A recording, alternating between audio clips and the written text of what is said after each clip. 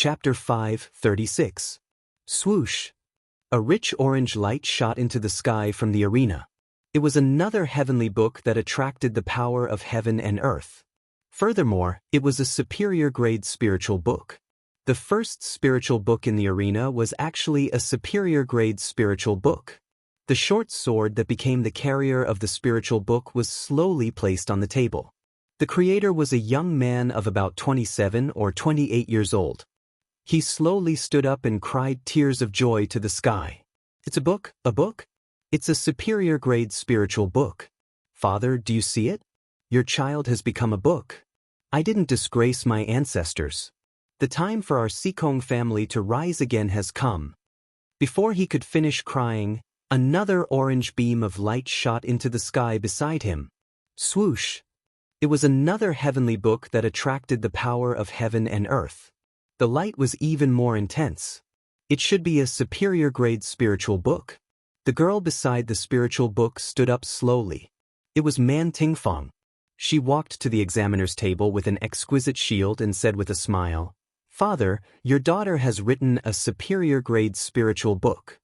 Man Ning was gratified and said with a smile, "You are indeed my daughter. Fang Er, come and sit beside father. Examiner, please register Fang Er." The examiner nodded. Ding Shi cupped his fists and said with a smile, "Congratulations to Miss Fang for writing a superior grade spiritual book. Logically speaking, Miss Fang is likely to be the champion of this heavenly book conference, right?" The corner of Man Tingfang's mouth rose. She said with a smile, "Thank you, Marshal Ding Shi, for your kind words. However, there are many capable people in this heavenly book conference. Perhaps there are people more powerful than Fang Er." Although Man Tingfang spoke very modestly, her eyes were already filled with arrogance. In her eyes, the 10,000 participants of the Heavenly Book Conference had already become losers. If it wasn't for the inappropriate occasion, she would have already put her snow-white legs on the table.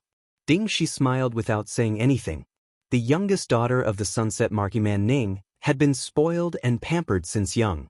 He had suffered greatly from Man Tingfang's domineering and unruly ways. Rays of light flew out one after another in the arena, but the books that were written were all human books, so it was no longer strange. As long as a scholar entered the Heavenly Book Hall, even the worst one would be able to write a human book. This kind of person could only be called a talent, but not a genius. At this moment, a ray of light shot into the sky from the arena. It was an earthy yellow light that shot into the sky. Book of the Earth. The first Earth book appeared, although it was only a low-grade Earth book. Just like Man Tingfang, the author was also a young woman. However, she wore a dark purple cloak, and her face was hidden under the hood. She slowly stood up, held the artifact embryo, and came before the chief examiner. She handed over her bamboo stick, but the artifact embryo was still kept by herself. Otherwise, it would become the Heavenly Book Hall usurping the Heavenly Book. After all, if they wanted to collect this local book, they had to pay a certain price. The examiner looked up, but Qin Yin had already turned around. The moment Qin Yin turned around, Man Tingfang saw the peerless beauty under the cloak. In an instant, Man Tingfang was dumbfounded. She mumbled, "Impossible? This is absolutely impossible." Man Ning furrowed his brows and said, "Feng, what's impossible? There's always someone better than you, and there's always someone better out there. For someone to be able to write an earthly book, it's naturally because of his ability." Man Tingfang still shook her head. "Impossible, there's definitely no one more beautiful than me." Ding Shi vomited blood at the side. This Man Tingfang's attention was completely different, but it was very rare for a woman to be more beautiful than Man Tingfang. Ding Shi really couldn't think of any other woman in Sunset City who could be more beautiful than Man Tingfang, and even make her admit it herself. Man Tingfang's beautiful face was filled with pain. She couldn't accept all of this. A woman who was more beautiful than her was actually able to inscribe a heavenly book of a higher grade than her. Where was the justice in this world? For a moment, Man Tingfang's heart was filled with emotions. Since there's a Yu, why should there be a Liang? There's still half an incense stick of time until the end of the competition. An examiner with a louder voice shouted, Lin Muyu was still fully focused on inscribing the divine text on the mystic steel wrist guard. On the side, a group of young masters had already given up on the idea of writing a book, but they still tirelessly teased Lin Muyu, who in their eyes was a rough and burly man. You actually wrote so many words. The young master in green had a look of disdain on his face. Do you think you can write a book with so many words? Ha, you idiot, if you can write a book, I'll eat sheep dung. The young master in yellow laughed heartily. This wrist guard looks ordinary, but you actually used mid-grade mystic gold powder to inscribe. This guy must be crazy. If you can write a spiritual book, oh no, if you can write an earthly book, I'll eat dog dung in front of everyone, ha. The young man in red laughed even more savagely. You little brat, if you can write it into a book, I will go to the stables and buy a giant elephant in front of everyone. I will watch the elephant poop. As long as it can poop, no matter how big it is, I will eat it all. What do you think? Lin Muyu remained silent and continued to inscribe the heavenly book. A few minutes later, just as the incense stick was about to burn out, Lin Muyu also finished writing the last 4 words on the wrist guard. Fire God destroys the world. The divine text indeed responded, and the golden light shone brightly. The next moment, the words condensed into a rich yellow light that shot up into the sky. It was another earthly book, and judging from the intensity of the light, it was a top-grade earthly book. Oh my God! Man Tingfang was so shocked that he stood up from his seat. He rubbed his eyes and said, "How is this possible? How can such a big beard write a top-grade earthly book?" Lin Muyu stood up and looked at the mystic steel wrist guard in satisfaction. There was a faint flame on it. This was a top-grade earthly book on the law of fire. He raised his head and looked in the direction of the young masters. Who was the one who said he wanted to eat dog dung in a variety of ways? Swoosh, swoosh, swoosh. The young masters ran away in a flash, and Lin Muyu couldn't help but feel a little annoyed. People these days had no trust at all. Holding the top-grade earthly book and walking forward, Lin Muyu pinched his throat and said in a strange voice, "Sir, I'm done. This is my bamboo stick. Please help me register it." Young master. The chief examiner's face was full of respect. He knew that the person who wrote a top-grade earthly book would most likely be summoned by the commander soon, and might even be listed as a noble. This kind of person could not be offended. Man Ning also stood up, cupped his fists, and said with a smile, "This young master wrote a top-grade earthly book in one go. It's a blessing for my Sunset City, a blessing for my Iha country." Chief Examiner, what's this young master's name? The chief examiner was surprised. Young master is Li Residence Protector. Li Residence Protector? Man Ning frowned, then immediately smiled and said, "Young master is truly an outstanding talent." Lin Muyu nodded and said, "Is the ranking out?" The incense had already burned out, and Man Ning nodded. "Chief Examiner, please announce the ranking." "Yes, Marquis." The chief examiner walked forward with the scroll in hand and announced in a clear voice, "First place of the Heavenly Book Conference, Li Residence Protector Li Laifu. Second place of the Heavenly Book Conference, Lin Yin. Third place of the Heavenly Book Conference, Miss Man Tingfang." "I don't want." Man Tingfang looked at Lin Muyu's bearded face and couldn't help but take a few steps back. She grabbed Marquis Xiang's hand and said, "Father, this person is so ugly, I don't want him, I don't want to marry him." Man Ning frowned. "Feng, don't be stubborn, you should listen to your parents when it comes to marriage. This young master Li has both integrity and talent, you will naturally understand his good qualities in the future. Servants, prepare a banquet in the Sunset Hall. I want to invite the Li Residence Protector Li, Miss Lin Yin, and the top 10 scholars today." "Yes, Marquis." "No, I don't want." Man Tingfang's voice was very loud, and she turned around to enter the Heavenly Book Hall, extremely stubborn. Man Ning felt a little helpless and cupped his fists. "I'm very sorry, young Master Li, my daughter has always been unruly and willful, but I will definitely persuade her to marry you. This is the promise of the Heavenly Book Conference." Lin Muyu said respectfully, "Marquis, may I ask when the rewards will be distributed?"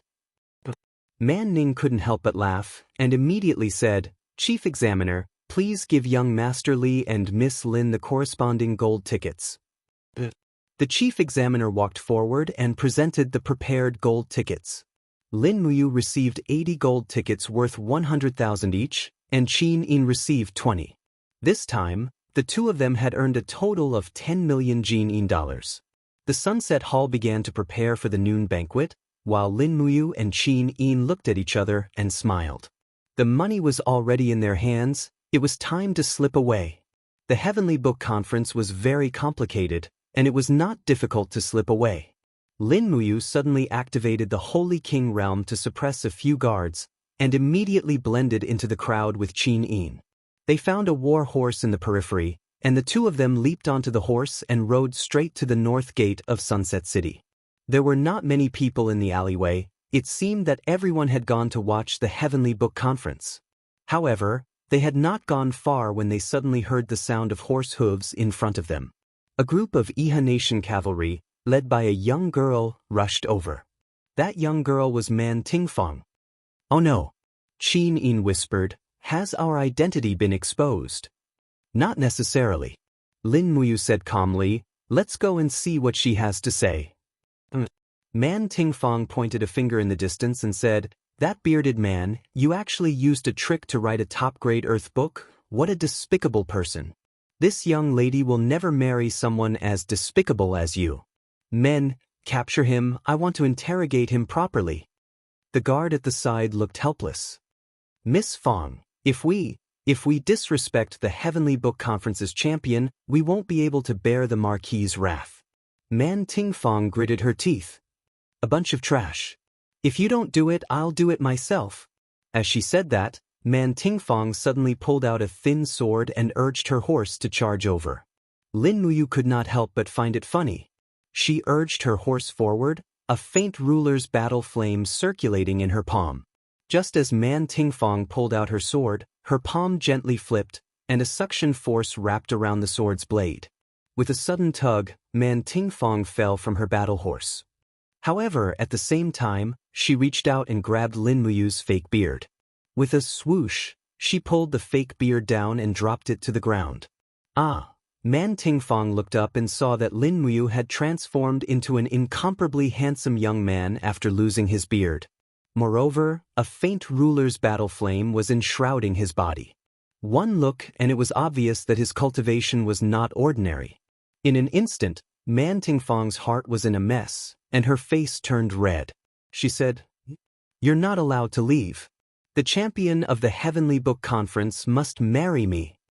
Lin Muyu looked at her with a smile and said something that made everyone burst out laughing. "I don't want to." Qin Yin giggled and urged her horse forward. She tugged on Taksha's reins and galloped toward the north gate with Lin Muyu. Man Tingfang looked up in the direction that Lin Muyu and Qin Yin had disappeared. Her pretty face was full of unwillingness. She whimpered in pain and said, "No matter where you run to, I will catch you and bring you back to marry me. Just you wait." Chapter 537. Father. Man Tingfang's drawn-out coquettish voice was heard in the Sunset Hall as she raised her bruised elbow and said, "That person ran away and even injured my daughter. Father, you must seek justice for me." Man Ning trembled as he held his daughter's injured elbow and his face was suddenly filled with murderous intent. Man Tingfang was the pearl of his palm and since young, she was always held in his hands and feared to fall and held in his mouth for fear of melting. When had she ever suffered such a serious injury?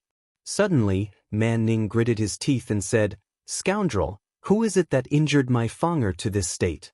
Sunset Army Cavalry, prepare to assemble. Kill him." "Father." Man Tingfang anxiously stomped her feet and said, "Daughter did not ask you to kill him. I only asked you to capture him back, then what?" Man Ning was confused. "Then."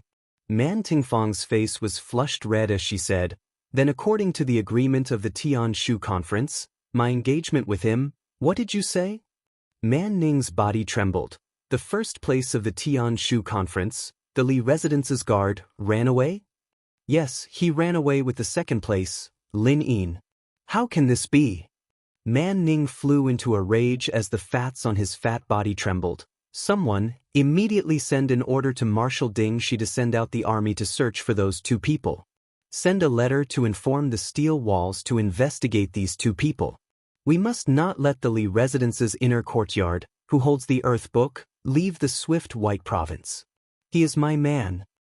Yes, Margaret. The steel walls had long been reopened and there was an endless stream of merchants coming and going. Before the Marquis of the Sunset Sun's letter arrived, Lin Muyu and Qin Yin had already arrived at the steel walls and easily crossed the city walls as merchants. Just as Lin Muyu and Qin Yin crossed the steel walls, suddenly a captaincy on the wall raised his spear and shouted, "The two of you, stop right there and turn back." How could Lin Muyu turn back? She pulled Taksha's reins and smiled. "Xiao Yin, leave at full speed." All right. Qin Yin readily agreed. The two warhorses galloped away and Captaincy, who was on the city wall, had a furious expression. These two people are the first and second place of the Heavenly Book Conference. Men, get on your horses immediately and capture them. Ding San, will never let such talents leave Sunset City. The sound of horse hooves could be heard from behind. The Iha kingdom had already sent out quite a number of light cavalry. Moreover, there was the sound of eagle cries coming from the sky. These must be the falcons that the Iha kingdom had raised for hunting and tracking. "Oh no, we might not be able to escape," Qin Yin said worriedly. "I won't." Lin Muyu smiled confidently. She patted the dark steel bracer on her right wrist and said, "Have you forgotten that we have a superb heavenly book?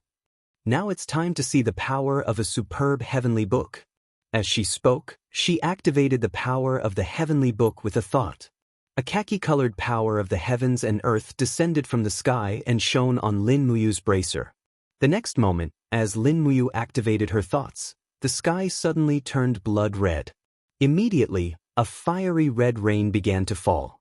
However, it was not cold rain, but a scorching rain of fire. The boiling lava acted as the rain and sizzled as it fell on the ground. Flames rose tens of meters into the air, directly sealing off the area of a few hundred meters outside the steel gate. Oh my God! On the city wall, the captaincy insignia on Ding San's collar was illuminated by the fiery red light. He said in shock, Is that the power of a superb heavenly book? How terrifying! Men, don't chase after him. This person has no intention of staying in Sunset City. Maybe this kind of genius doesn't stick to one pattern and doesn't want to be bound by others." The chilly arch at the side murmured, "Then, General, what about Marshal Ding's order? This is a mission that we can't complete. There's no other way. Send out a letter and order Fire Moon City, Star End City, Red Soil City and other cities to send out scouts. Capture him if you can." Looking at the raging flames behind her, Lin Muyu couldn't help but laugh out loud. The power of the heavenly book was indeed extraordinary. A superb heavenly book could actually cause disaster in a radius of nearly 300 meters. If it was a heavenly book, it might be able to cause a fire attack in a radius of 1 to 2 miles. It could be imagined that if both sides were in a battle formation and the other side suddenly used a heavenly book with the power of a heavenly book, the result would be unimaginable. Just imagine what would happen if a fire god destroyer fell into the Qingkuan battle formation of tens of thousands of pure steel armors. Thinking of this, Lin Muyu couldn't help but feel a little heavy. After thinking for a while, she couldn't help but take out the white cloth that Ling Shu had left for her. This white cloth was a heavenly book of the law of space. This heavenly book could very likely summon the golden protective wall that Ling Shu had used before. The huge protective wall could protect the people within the range from harm. Perhaps to resist the destructive heavenly book, this kind of protective wall was needed. It seemed like she had to learn the heavenly book of the law of space. Only those who could plan ahead and make good decisions would be able to win the battle of the heavenly book in the future. In order to reunite the empire, Lin Muyu could be said to have put in a lot of effort. The two warhorses galloped quickly in the direction of Star-Piercing City. Ever since the Battle of the Wildfire Plains drowned the demon race's Qianfeng army, the demon race was forced to leave the humans' territory step by step. Dozens of cities in the northern border of the Swift White Province were also recovered, and Star-Piercing City once again showed signs of prosperity. Looking from afar, one could see an endless stream of commoners and merchants entering and leaving the city. Are we going into the city? Qinin smiled. It was currently winter, and the cold wind caused her black hair to sway. No need. Lin Muyu shook her head and said, we're only a day's journey away from Black Pine Pass, so let's not rest anymore. Xiao Yin, I'll have to trouble you. Once we reach Black Pine Pass tonight, we'll be safe. At least we won't be threatened by the Iha nation anymore. Not long after, heavy snow began to fall from the sky. It was simply one disaster after another, but fortunately, Lin Muyu and Qin Yin had enough clothes on them. They only needed to wrap themselves in a leather robe and they could continue their journey. With the cover of the snow, they believed that the Iha nation's soldiers would not be able to catch up to them. They only needed to follow the Iha nation's official road to the north and they would be able to reach Black Pine Pass. Until late at night, the two warhorses were so tired that they were snorting in the snow. However, not far ahead was the Qinling Mountains, and they could even see the lights of Black Pine Pass swaying in the wind and snow. We're almost there. Qin Yin was a little happy. After running for so long, she was already extremely tired. Lin Muyu brushed the snow off her shoulders and felt the cold wind blowing on her face like a knife. Qin Yin, who was beside her, was like a beautiful elf wrapped in snow. Her curved eyebrows and eyelashes were covered in snow, and the outside of her leather robe was covered in frost. It was too unfair for the Imperial Highness of the Empire to accompany her in this kind of suffering. Fortunately, Qin Yin did not seem to mind. As long as she was with Lin Muyu, she did not care about suffering. Moreover, after experiencing so much, Qin Yin's state of mind had already matured a lot. How could an expert become stronger without going through experience? Unknowingly, Qin Yin's ambition was no longer to become the emperor, but to step into the divine realm.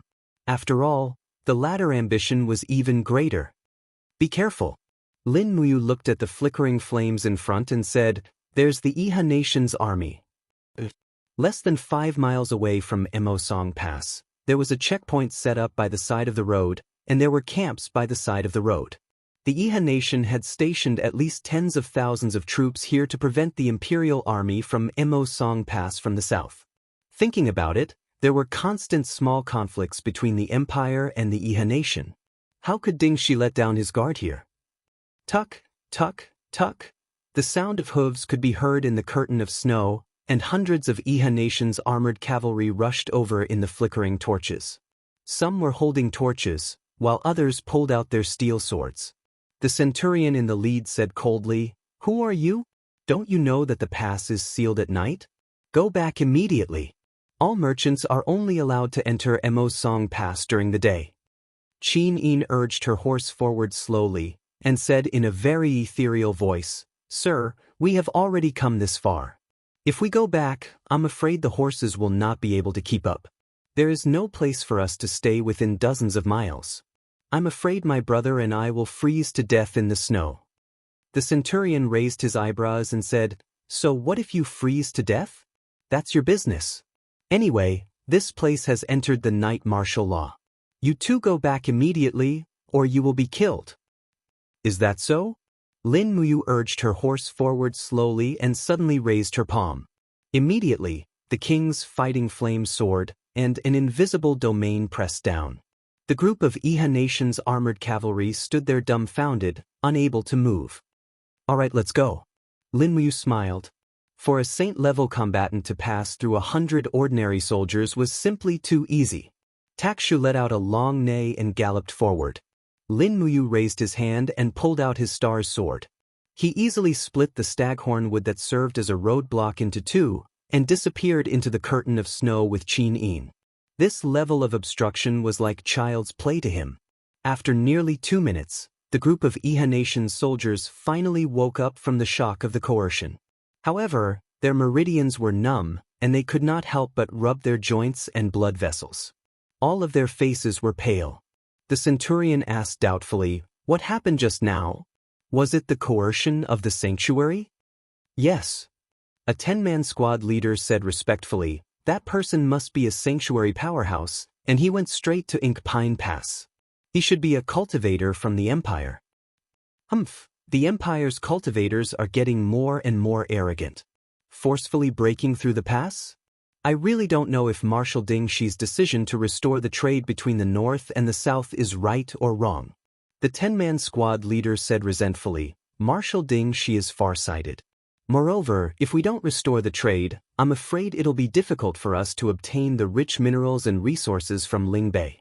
Lingbei province's iron ore is the best in the world, and Lingbei is rich in fish and rice. Our minerals are far inferior to Lingbei's, so there's nothing we can do about it. Sigh. The centurion looked at the Qinling Mountains, and his eyes lit up. He clenched his fists and said, I really hope to see the Iha nation's warriors pull themselves together in my lifetime. We'll cross the Qinling Mountains and sweep away the corrupt and brutal empire, saving the people from the abyss of suffering. The 10-man squad leader was just an old soldier, and there was a smile in his old eyes. He said, Who knows? The black and white sides of the world have confused many people. The centurion was stunned. He had no idea what the 10-man squad leader was talking about, but his face hurt from the cold wind. He quickly sheathed his sword and rubbed his hands. Let's go back to the camp. It's freezing outside. It seems like the snow won't stop tonight. Yes. Chapter 5:38. In the camp of the garrison of Xiang City, the cold wind blew in through the gap of the commander's tent, causing the candlelight to flicker. Marshal, rest early. The guard said respectfully. It's okay. Ding Shi's eyes were fixed on the scroll in his hand.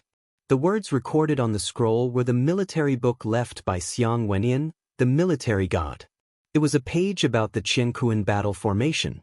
Feng Jixing launched the Qianquan battle formation with 60,000 troops and stopped the armor demon in the Unicorn Forest. It was a miracle. In the records of the battles between humans and demons, there were 2 large-scale field battles. One was when Long Qianlin used the Iron Chain Horse tactic to fight the Thunderchong Legion and lost more than half of his troops. The other was when Feng Jixing used the Qianquan battle formation to fight the Armor Demon Legion of the demons. In a sense, Feng Jixing's tactic was more successful than Long Qianlin's.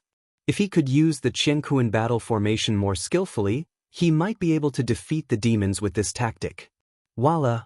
The tent was opened and Ding Sanging walked in covered with snow. He took off his battle robe and handed it to the attendant. He walked straight to Ding Shi, glanced at the scroll in Ding Shi's hand and said with a smile, Marshal is still thinking about the Qianquan battle formation? Ding Shi rubbed his temples. His face was full of fatigue as he said, Qian Feng and Lei Chong will definitely not let the matter rest after their defeat in the Wildfire Plains. The demons will make a comeback sooner or later. What are the chances of our Iha country winning? Long Qianlin's arrow chest and third-rate white diamond arrowheads? I really don't know if those white diamond arrowheads can really penetrate the armor of the armor demon, as Long Qianlin said. Ding Sanging said, the commander-in-chief relies heavily on Long Qianlin, Yi Xuanhuan, and the others. He gave most of the military power of the Iha country to these 2 people, leaving less than 60,000 men and horses for Marshal Ding. Which soldier of the empire doesn't feel injustice for Marshal Ding? But now, Marshal Ding is still racking his brains for the safety of Iha country. Why do you have to do this? I, Ding Shi, am not a narrow-minded person. Commander weakening my military power must have its uses, but Commander still left 60,000 troops for me. This is enough. Third watch, after this heavy snow stops, reorganize the troops. I want to drill them in the Qianquan battle formation. Yes, Marshal. By the way, have you chased after the champion of the Heavenly Book Conference? No. Ding San felt even more helpless as he said, this general really doesn't understand. This young master of the Heavenly Tome Conference's champion had the opportunity to marry the incomparably beautiful young lady Man Tingfong, so why did he refuse? Ding Shi couldn't help but laugh. Third Miss has always been unruly and willful. Perhaps there is a reason why she ran away. Anyway, if it were me, I would also run away, Ding Sanging sat down and said, Commander Ding, you're still in the mood to joke around here. We didn't manage to chase down the champion of the Heavenly Book Gathering and let such a talent escape. The Sunset Marquis will definitely blame us. Commander Ding, You'd better think about how to deal with the Marquis. Deal with the Marquis? Ding Shi laughed. The generals of Sunset City are all pot-bellied and mediocre. After the Battle of Lanyan City, they've long lost their will to fight and only know how to enjoy themselves. In the entire Swift White Province, if I, Ding Shi, don't lead troops, who will? Don't worry, the Marquis won't do anything to me. Third watch, how did the champion in second place escape? Logically speaking, the light cavalry stationed within the steel walls are all top-notch horses. There's no reason they couldn't catch up. Ding San cupped his fists and said, just as we were about to give chase, the champion used the top-quality earth tome he had just carved and activated the power of heaven and earth. Nearly 300 meters of fire rain blocked the exit of the steel walls, so we had no way of giving chase. A 300-meter range of fire rain? Ding Shi couldn't help but be stunned. How is that possible? I've seen the people of Northern Qi use the heavenly tome. That time, the middle-quality earth tome only summoned a 20-meter range of fire rain. Although his top-quality earth tome is strong, it shouldn't be that much stronger, right? I don't know. Ding Shi clenched his fists and said, for such a talent to leave Swift White Province is truly a pity. Send more people out to search. Let's hope he'll change his mind and be willing to marry the third Mississippi. In truth, there's nothing wrong with the third Miss, just that her temper is bad. Her character and knowledge are both good, and she's fresh and beautiful. This Li Manor Protector is really too confusing. Could it be, because he once offended the second son of Northern Qi, he fled to escape punishment? That shouldn't be. Ding San sat there on his knees, not knowing how to interrupt. He just looked at Ding Shi and muttered to himself. At Ink Pine Pass, the curtain of snow blocked one's line of sight. Visibility was no more than 50 meters, but when Lin Muyu and Qin Yin arrived at the gates, there were still people above who saw them. A general raised a long knife and asked, "Who are you, old man?" Ink Pine Pass is under martial law at night. No one is allowed to enter. Please return. Lin Muyu walked forward and took out her general's token from her bosom. She held it high and said, "Look at this, then decide if you want to open the gates and let us in." The general raised his torch and looked at it from afar. He saw that the golden token glowed with a golden light, but he couldn't see the words clearly. But looking at the shape, it was indeed the token of an imperial general. Immediately his whole body trembled. He said to the guards beside him, "Take a few dozen people with me to take a look. This person looks like he's no ordinary person." "Yes, General." A few minutes later, the iron gates opened with a creak. The cold wind outside immediately poured into the pass, and a group of imperial soldiers walked out. The centurion walked forward respectfully and took a look at Lin Muyu's token. Immediately, he was scared out of his wits. He quickly knelt on one knee and saluted, saying, "This general greets Commander Yu." "Commander Yu?" The group of imperial soldiers was dumbfounded. They looked at each other and quickly understood. Within the empire, there was only one person who could be called Commander Yu, and that was Lin Muyu, who had defeated the Qianfeng Corps in the Wildfire Plains. She was an imperial general who was on the same level as Feng Jixing. Very soon, the group of soldiers knelt down one after another. The snow on the ground melted a little and immediately wet their knees. Lin Muyu raised her hand. "Get up, don't stand on ceremony. Let's enter the pass first. Arrange 2 warm rooms for me and have someone make some delicious food. Understood?" "Yes, Commander." The centurion stood up, but his gaze fell on Qin Yin, who was beside Lin Muyu. Under the illumination of the torch, this young lady was very beautiful, and her identity was obvious. Everyone knew who Lin Muyu was. If this young lady wasn't the princess of the 7 seas, Tang Xiaoxi, then she should be the current empress. For a moment, the centurion was so excited that he almost fainted. Many imperial soldiers might not even get to see the empress once in their entire lives. However, it was very likely that he would be in close contact with the empress only 2 meters away. This was a great honor. "Commander, who is this young lady?" He couldn't help but ask. However, Lin Muyu said, "Don't ask what you shouldn't. Don't make it public." This centurion also had some information and knew that Princess She had been in charge of Lanyan City for the past half a month. Rumor had it that the Empress, Qin Yin, was in seclusion. Based on this deduction, the identity of this young lady in front of him had been confirmed. He immediately cupped his fists respectfully, bowed deeply to Qin Yin, and said, "Please enter the pass." It was warm inside Emosong Pass. Lin Muyu and Qin Yin's rooms were arranged on the third floor of the pass. There was a small window facing Lingnan, and one could faintly see the fire in the wind and snow. There was a heater in the room, and it was very warm. Lin Muyu helped Qin Yin take off her cloak and shook off the snow on it. Meanwhile, Qin Yin moved forward and smiled as she helped Lin Muyu untie the belt of her leather robe. At the side, the 3 Kiliarchs who were guarding Emosong Pass were dumbfounded. They had already guessed Qin Yin's identity, so they didn't dare to say anything in the face of such a heartless display of affection and could only endure it. After Lin Muyu sat down, she glanced at their military insignia. There was a small insignia of Qihai City below it. This group of people were all generals under Tanglan. It seemed that the defensive line around the Qinling Mountains was once again under Tanglan's control. This couldn't be helped. After all, Lin Muyu had only joined the imperial army for 4 to 5 years, while Tanglan had been in control of the army for as long as 40 years. This kind of accumulation of deep roots couldn't be changed in a short period of time. After asking a few questions about the defense of Emosong Pass, Lin Muyu ordered them to leave and not to wait on her. Then they ate the food that the soldiers brought. It was very delicious, and they didn't dare to be negligent. There was meat and vegetables for this meal. Presumably, to the soldiers, being able to eat such a meal was no different from celebrating a festival. The snow stopped the next day, but at a glance, thousands of miles of mountains and rivers were covered in snow. It was a very magnificent sight. After Lin Muyu and Qin Yin finished breakfast, they prepared to set off. Qin Yin changed into a snow-white leather robe embroidered with a faint golden-purple flower pattern. Immediately, there was a huge change in her aura. As for Lin Muyu, he wore the white robe of the Imperial Army, which made the group of soldiers once again confirm his identity.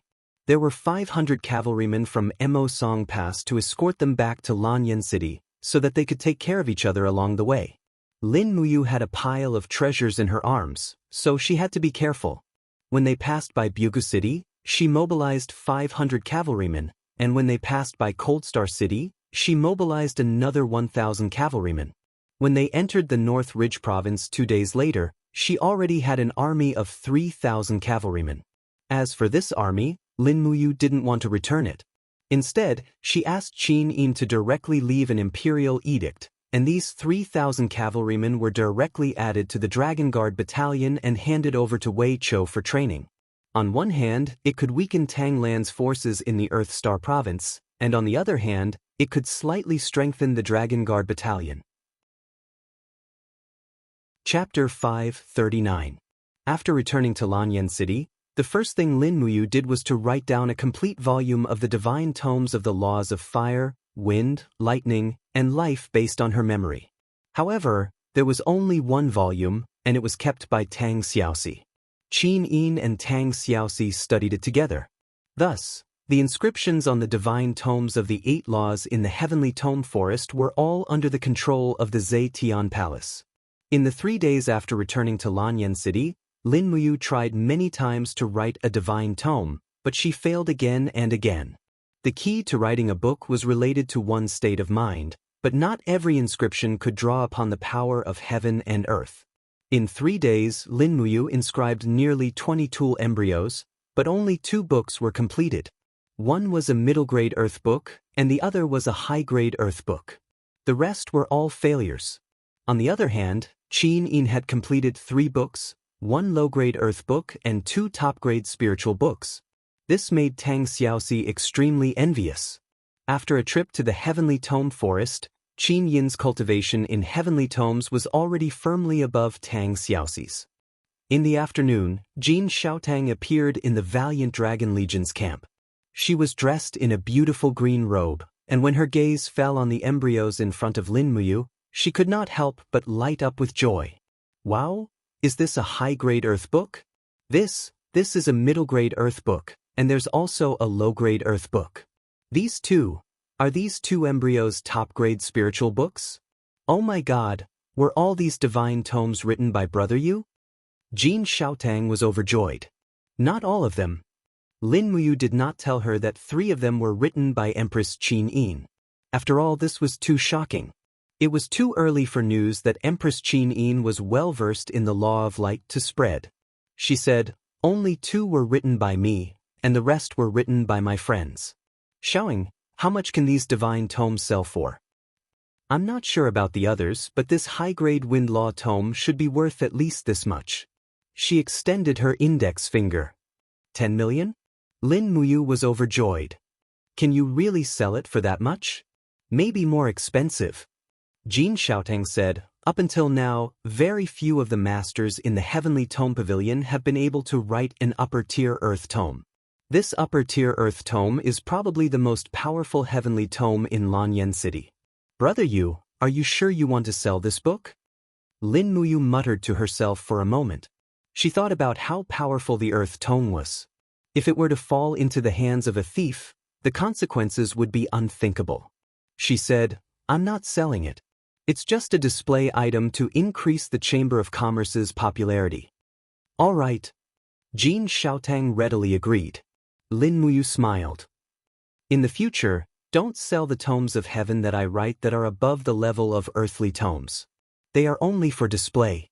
When there's a war in the future, you have to return all of them to me. These tomes of heaven are for killing, not for display. Yes, Xiaotang knows. Does Big Brother you still want to engrave it? Of course. Lin Muyu had a card up her sleeve. Her attainments in engraving seemed to be above the heavenly tome.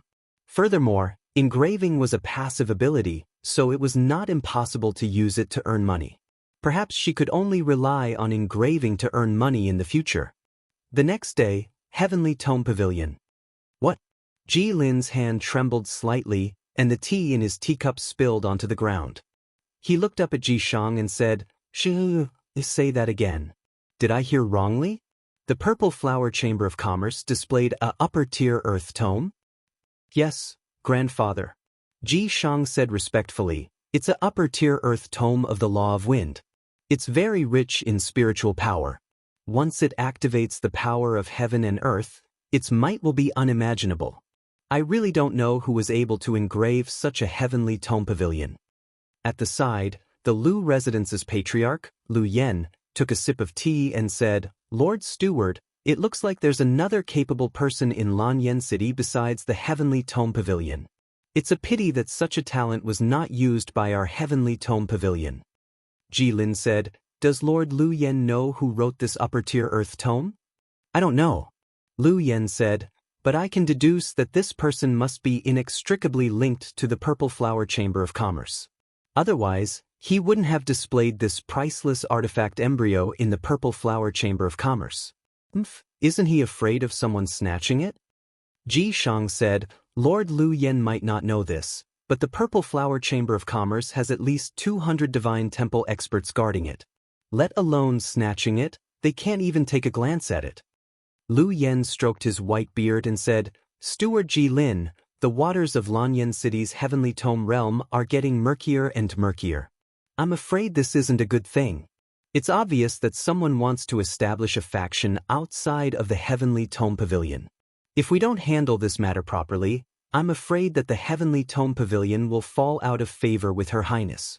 At that time, I'm afraid that everything we have will disappear in the blink of an eye. Oh, does Lord Lu Yen have an idea? We must find out who this person is as soon as possible and recruit him into the Heavenly Tome Pavilion. Also, Lu Yan's eyes shone brightly as he said, there's also news from Iha country's Xiang City. Man Ning held a Heavenly Tome conference, and a person called the Li Residence Protector wrote a supreme grade book on the law of fire. He then fled Xiang City, and some people suspect that he has already entered the Empire's borders. If Lord Steward can find this Li Residence Protector and invite him to join the Heavenly Tome Pavilion with great rewards and status, then Her Highness will value our Heavenly Tome Pavilion even more, right? Ji Lin slowly nodded. What Lord Lu Yen said is extremely correct. I'll immediately send people to investigate and find this Li residence protector and have him work for us. Alright, then this old man wishes Lord Steward success in advance. Oh, Lord Lu Yen is too polite. At dusk, the setting sun shone on the pavilions of the spiritual medicine department like fire. Inside the pavilion, there was a small table filled with delicacies. There was also a pot of boiling rock mutton. Chu Yao had a happy expression as she looked at Lin Muyu and Tang Xiaoxi with a grin, saying, I haven't seen you for a long time. Where did he go to cultivate? Lin Muyu said, he went to Lingnan.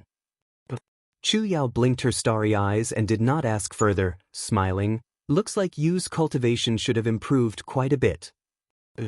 Lin Muyu looked at Chu Yao and said, on the other hand, big sister Chu Yao, how is your imperial sword technique? Chu Yao chuckled, second heavenly realm, I tested my strength 3 days ago at Temple Deacon Xianyuan Hong's place. I have the strength of a level 78 heavenly king. He even invited me to become a deacon in the temple if I don't want to work in the spiritual medicine department. Lin Muyu chuckled, not being a great deacon of the spiritual medicine department and becoming a deacon in the temple, great deacon Xianyuan Hong really knows how to joke. Right, Xiao Shi and I still have a piece of meat here, leave it for big sister Chu Yao to help you cultivate. I hope you can step into the saint realm as soon as possible, then you will be able to maintain your beauty forever. I want to too.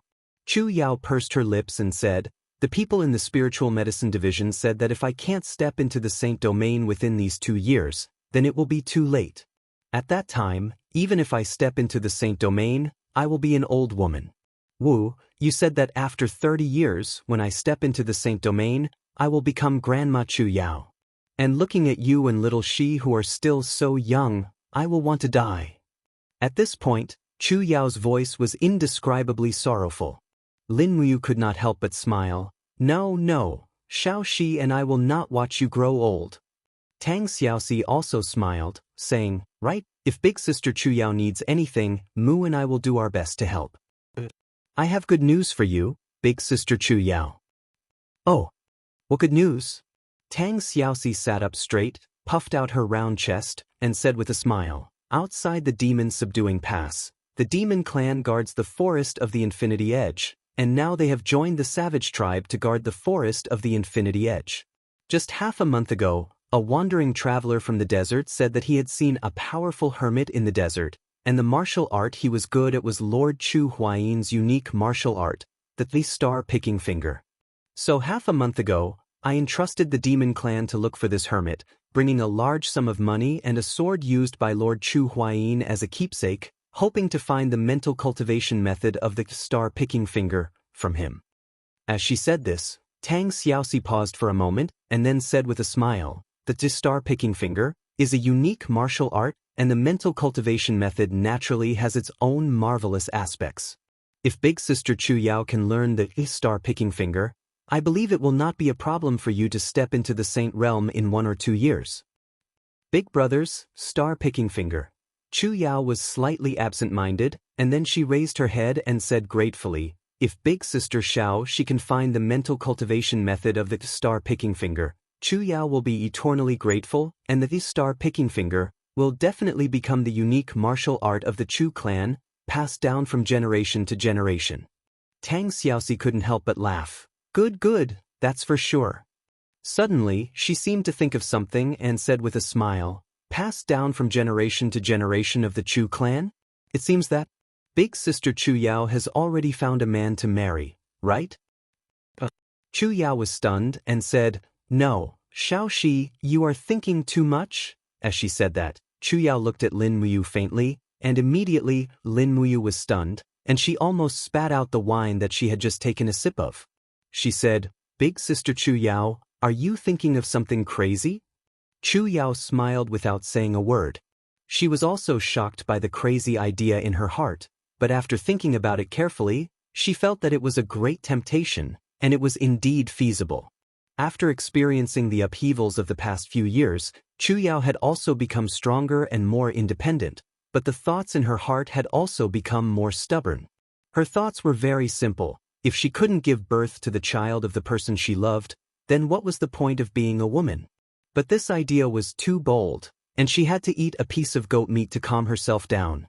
Just as they were about to finish eating, suddenly, a person wearing the badge of a Golden Star instructor from the Holy Sanctum walked over and respectfully cupped his fists to Lin Muyu and said, "Great Deacon, something happened in the beast taming division. Would you like to go and take a look?" "I am no longer the Great Deacon." Lin Muyu frowned. "Change the way you address me from now on to Commander." The Golden Star instructor bowed respectfully and said, "Something really happened in the beast taming division. I will go now." Lin Muyu stood up, and so did Tang Xiaoxi and Chu Yao, presumably to go and see what had happened. Chapter 540. In the temple, the beast taming department was in an uproar. When Lin Muyu, Tang Xiaoxi, and Chu Yao arrived, they saw the two groups arguing endlessly, their faces red with anger. The three deacons, Gu Yang, Zhou Yao, and Zhenfang, were on the side, but they couldn't maintain the stability of the situation.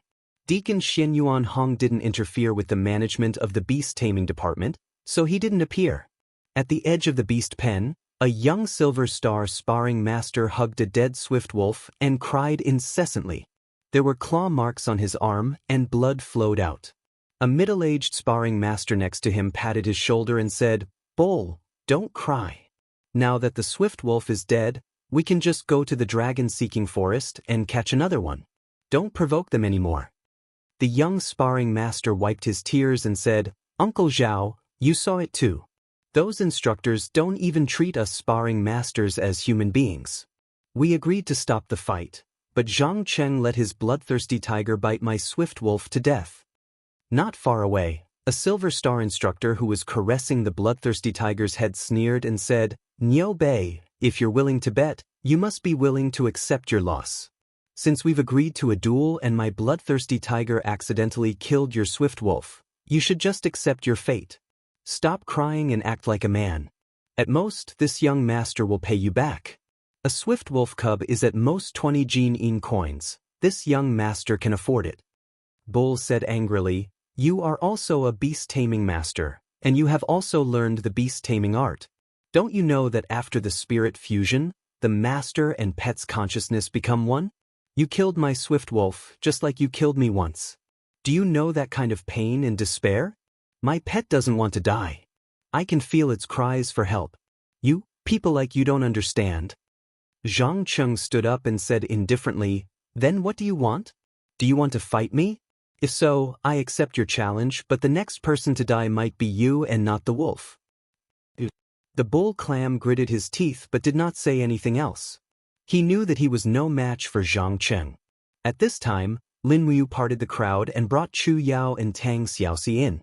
Gu Yang, Zhou Yao, and Zhenfang all saw them and bowed respectfully. Marquis Yunling, Princess Shi, and Grand Deacon Chu Yao. The three people who had come were far too esteemed. Although Lin Muyu had resigned from her position as the Grand Deacon of the Divine Hall, he had single-handedly established and controlled the beast-taming department. Xianyuan Hong had never overstepped his authority over the beast-taming department, which was probably what Qin Yin had wanted. As for Zhenfang, Zheng Yifan had performed a meritorious deed in saving the emperor's life, so he was reinstated and rebuilt the Shenwei Battalion as the Shenwei Battalion. Since Zheng Yifan was friends with Xianyuan Hong, Zheng Fang re-entered the Holy Temple as a deacon. Zheng Yifan searched for various secret methods to restore his son's Sea of Qi, which had been destroyed by Chu Huai. "What happened?" Lin Muyu asked. Zhen Fang cupped his fists and said, "Reporting to Commander Yu, two people from the beast-taming department were competing with their pets. Due to a mistake, the Silver Star instructor Zhang Cheng's bloodthirsty tiger killed the Bronze Star training master bull clam's swift wolf. According to the laws of the Empire, Zhang Cheng is a noble while bull clam is just a commoner, so we should not pursue this matter. However, according to the rules of the Divine Hall, we will force Zhang Cheng to compensate for bull clam's loss." Lin Muyu furrowed her brows and walked forward. "Bull clam." "Head deacon." Bull clam couldn't change his words and immediately said, "Commander, I had an agreement with Zhang Cheng to fight, but Zhang Cheng was too ruthless. My swift wolf was bitten to death, and no matter how much I begged for mercy, he wouldn't order the bloodthirsty tiger to stop. I hope that Commander can seek justice for me and for the commoner training masters who were bullied in the Holy Temple. Lin Muyu couldn't help but sigh. The Empire's rules were strict, but they also divided people into different classes. To a certain extent, the Empire's level of civilization was indeed not as good as the Iha nation, which promoted equality of all living beings. This kind of differential treatment was hard to escape even in the Holy Temple. However, after experiencing so many things, Lin Muyu also knew that this kind of conflict between nobles and commoners wasn't something she could change. Therefore, she could only change what she could, such as the Holy Temple. The next moment, Lin Muyu looked straight at Zhang Cheng and said, "Zhang Cheng." Zhang Cheng's body trembled, and he hurriedly knelt on one knee and cupped his fists. "Commander, this subordinate is here. Just like you, Niu Bei is also a member of the Sanctum. Once there is a war, you and him will be comrades who will go through thick and thin together. You killed his swift wolf now, aren't you afraid that he will stab you in the back?" "Aye." Zhang Cheng frowned. "Commander, this subordinate knows his mistake, but Bull Clam is just a commoner copper star sparring master, yet he dares to be so arrogant. This subordinate can't stand it." "Offend?" Lin Muyu couldn't help but laugh. "What do you mean by offend?" Zhang Cheng said, "According to the rules, when eating in the Holy Temple's cafeteria, the commoners should give up their table for the nobles. However, not only did Bull Clam not give up, he was also arrogant towards this subordinate. This subordinate was indignant, so I challenged him." Lin Muyu looked at him indifferently and said, "When it comes to eating, everyone should be equal.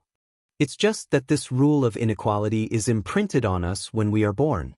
Zhang Cheng, you are a martial artist of the Holy Temple. Martial artists cultivate their heart and virtue. A strong martial artist's state of mind should be broad and calm. As the saying goes, 100 rivers run into the sea. It's great to have tolerance, it's great to have no desires. Do you think Deacon Guyang or Great Deacon Xianyuan Hong would fight with someone over a table?" Zhang Cheng actually revealed a trace of grievance and said, "But Commander, this subordinate is a 5th-class noble of the Empire. Why should I be bullied by a commoner like Bull Clam? Commander, you can't just protect Bull Clam and bully me." Tang Xiaoxi couldn't help but laugh. Chu Yao also smiled. Lin Muyu still looked at Zhang Cheng and said, "Zhang Cheng, as a 1st-class noble of the Empire, I still use an equal attitude to reason with you. This is the true grace of a noble. Think about it carefully. Men, take Zhang Cheng away and put him in confinement for 3 days." Zhen Fang cupped his fists and signaled with his eyes. 2 instructors immediately took Zhang Cheng away. Lin Muyu looked at Guyang and respectfully cupped her fists. "Grandpa Guyang, shall we go see the Great Deacon?" In the main hall of the Holy Temple, Xianyuan Hong was reading a stack of scrolls attentively. He only raised his head when Lin Muyu, Guyang, Tang Xiaoxi, Chu Yao, and Zhen Fang entered. His kind face was full of smiles as he said, You're here? Have a seat." "Many thanks, Great Deacon." Lin Muyu arranged for Tang Xiaoxi, Chu Yao, and the others to sit down and serve tea. Then, she sat down on a chair close to Xianyuan Hong and said, "Great Deacon, I've just settled a dispute between the nobles and commoners. I believe such matters have always existed in the Holy Temple." Xianyuan Hong nodded. The Holy Temple has been established for nearly 10,000 years and has left behind many bad habits. Not to mention the Holy Temple, there are many bad habits in the entire empire. However, these need to be changed. After all, the upper echelons of the empire are still decided by the nobles. We can't rush for quick results. "I know," Lin Muyu said. "That's why I have a plan that I would like to discuss with the Great Deacon." "Oh." Xianyuan Hong couldn't help but smile. "Speak your mind. There's no need to be polite with me." "Yes." Lin Muyu nodded. "I hope that the Great Deacon can establish a martial virtue hall in the Holy Temple. The position of the martial virtue hall is above all the other halls in the Holy Temple. Every cultivator who enters the Holy Temple must first cultivate their martial virtues before learning martial arts. Before they learn martial arts, they must first understand what martial virtues are. This way, they can reduce the infighting between the people in the Holy Temple. Cultivate martial virtues? Xianyuan Hong muttered to himself. After a while, he said solemnly, if a new martial virtue hall is established, I'm afraid the Holy Temple will have to draft a new set of martial virtues. If you can draft it, I will establish the martial virtue hall. The martial virtue hall will be above all other halls. All right. Lin Muyu cupped her fists and said, I would like to borrow Grandfather Guyang for a while. Grandfather Guyang is an honest and virtuous person. With his assistance, I should be able to get twice the results with half the effort. Good. Xianyuan Hong smiled. Deacon Guyang, I'll leave it to you to assist you. Yes, great deacon. After exiting the Grand Hall, Guyang said helplessly, You forced me to do something beyond my abilities. I, Guyang, have lived a mediocre life. How would I know what martial virtues are? Lin Muyu turned around and held Guyang's hands with a smile. Grandfather Guyang, you're too modest. Why did Great Deacon Lei Hong give you such a heavy responsibility? It's not because of your extraordinary martial arts cultivation, but because Grandfather Guyang is calm, generous, and open-minded. I won't say anything more about the martial virtues of the Holy Temple. I'll leave it all to you, Grandfather Guyang. Guyang was taken aback. He had lived a mediocre life and was always wise to protect himself. He didn't expect Lin Muyu to praise him like this. Zhen Fang cupped his fists and said, Deacon Guyang is a modest person. You're the most suitable person to cultivate martial virtues. Tang Xiaoxi smiled and said, Grandpa Guyang, you don't have to decline anymore. You also know that Mumu is busy with military affairs all day long and has to cultivate. He has no time to recultivate his martial virtue. Besides, Mumu is still too young and inexperienced. I'm afraid the martial virtue he cultivated won't be able to convince the public. If it's the martial virtue you wrote, it will be completely different. Guyang couldn't say anything else. He cupped his fists and said, Then I'll obey Princess Xi's orders. I'll do my best to write the martial virtues. At night, he returned to the commander's tent in the Longdan army camp. After cultivating the Forging Dragon Bone Remnant Scroll for a few days, he heard Wei Chao's voice coming from outside. Commander, the Imperial Army's Deputy Commander Zhang Wei requests an audience. Zhang Wei? What's the matter? I don't know. He wants to break into the camp. This bastard. Lin Muyu stood up, only to see Zhang Wei walking in looking travel-worn. Commander Yu, why are you so tyrannical and unreasonable? How am I tyrannical and unreasonable? Lin Muyu was confused. Zhang Wei said, Zhang Cheng of the Beast-Taming Division only killed Niu Bei's Swiftwolf by mistake. Commander actually punished him so heavily. I, Zhang Wei, am not satisfied. Zhang Cheng is a noble while Niu Bei is just a commoner. Why? Lin Muyu frowned. Old Zhang, tell me the truth. Who is Zhang Cheng to you? Zhang Wei couldn't help but blush. That kid is this general's little whore brother. Humph, I knew it. Chapter 541. Master, just say the word, are you going to release Zhang Cheng or not? Zhang Wei sat cross-legged in the commander's tent, looking like a hoodlum, as though he would not leave until Lin Muyu spoke. You! Lin Muyu was furious. He pointed at him and said, Old Zhang, with your conduct, you still have the cheek to be the deputy commander of the Imperial Guards. If I were you, I would have been so ashamed that I would have been promoted to a corporal. Zhang Wei stared at her. Anyways. Master, you don't know how to reward and punish him. What did Zhang Cheng do wrong? You punished him like that. According to the Empire's laws, he definitely did not break any laws. Furthermore, he is willing to compensate for Cow Muscle's loss. He is already extremely benevolent. He violated martial ethics. Lin Muyu said indifferently. Zhang Wei was startled. What martial ethics? I, old Zhang, have never heard of it after being in temple for so many years. Sai, forget it. Lin Muyu said helplessly, I don't think you understand martial ethics. When I first entered temple, you bullied me. Zhang Wei was a little ashamed and said, Why are you bringing up the past? You are a bad person. Lin Muyu glanced at him. So you also know that I can beat the crap out of you with one finger? Zhang Wei pointed at him. Look, what martial ethics are you talking about? You are the great deacon of temple. You cannot speak vulgarities. Even I, old Zhang, do not speak vulgarities. Lin Muyu spat out and said, locking Zhang Cheng up is temple's matter. Go ask Deacon Guyang tomorrow. Don't talk to me about this, if you don't leave. Wei Chou, go get Sidu Sen and Sidu Shui to come in and chase Zhang Wei out. He is disturbing my rest. Wei Chou laughed outside the tent. This subordinate will go now. Zhang Wei immediately climbed up. I cannot afford to offend you. All right, I will go ask Deacon Guyang tomorrow. Pavo. Heh. Zhang Wei shamelessly left. Under the starlight outside, a group of Imperial Army cavalrymen were waiting for him. One of the Kiliarchs approached him and asked, Vice Commander, how was it? Did Commander you give you face? Zhang Wei turned around and glared at him. Commander, you and I have known each other for a long time and we have deep feelings for each other. We will solve our own problems. Why are you talking so much? What does it have to do with you? The Chiliarch fell silent. It seemed that Zhang Wei had been snubbed, and it was best not to provoke him. Otherwise, it would be bad if he exploded. Zhang Wei had a fiery temper, and the entire Imperial Army only gave face to Feng Jixing.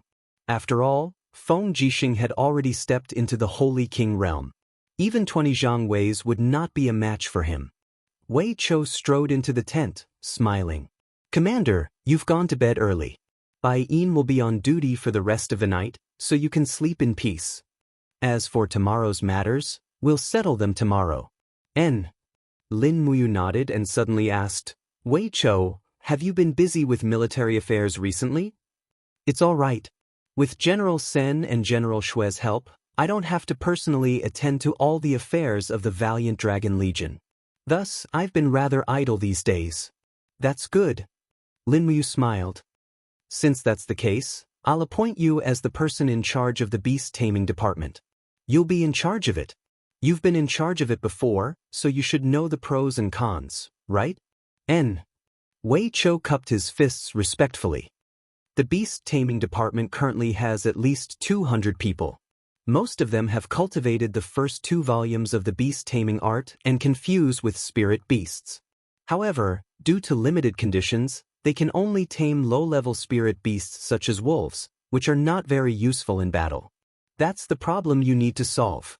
Lin Muyu smiled. The spirit beasts of the beast taming department are too messy. They are not very useful in battle. Take the wolves for example. I think even a 3,000-year-old wolf would not be able to withstand an armor demon's axe, right? That's right. The wolf's defense is too weak. It's not suitable as a beast of war. In my opinion, there's a lake in the depths of the dragon-seeking forest called the Cloud Dragon Lake.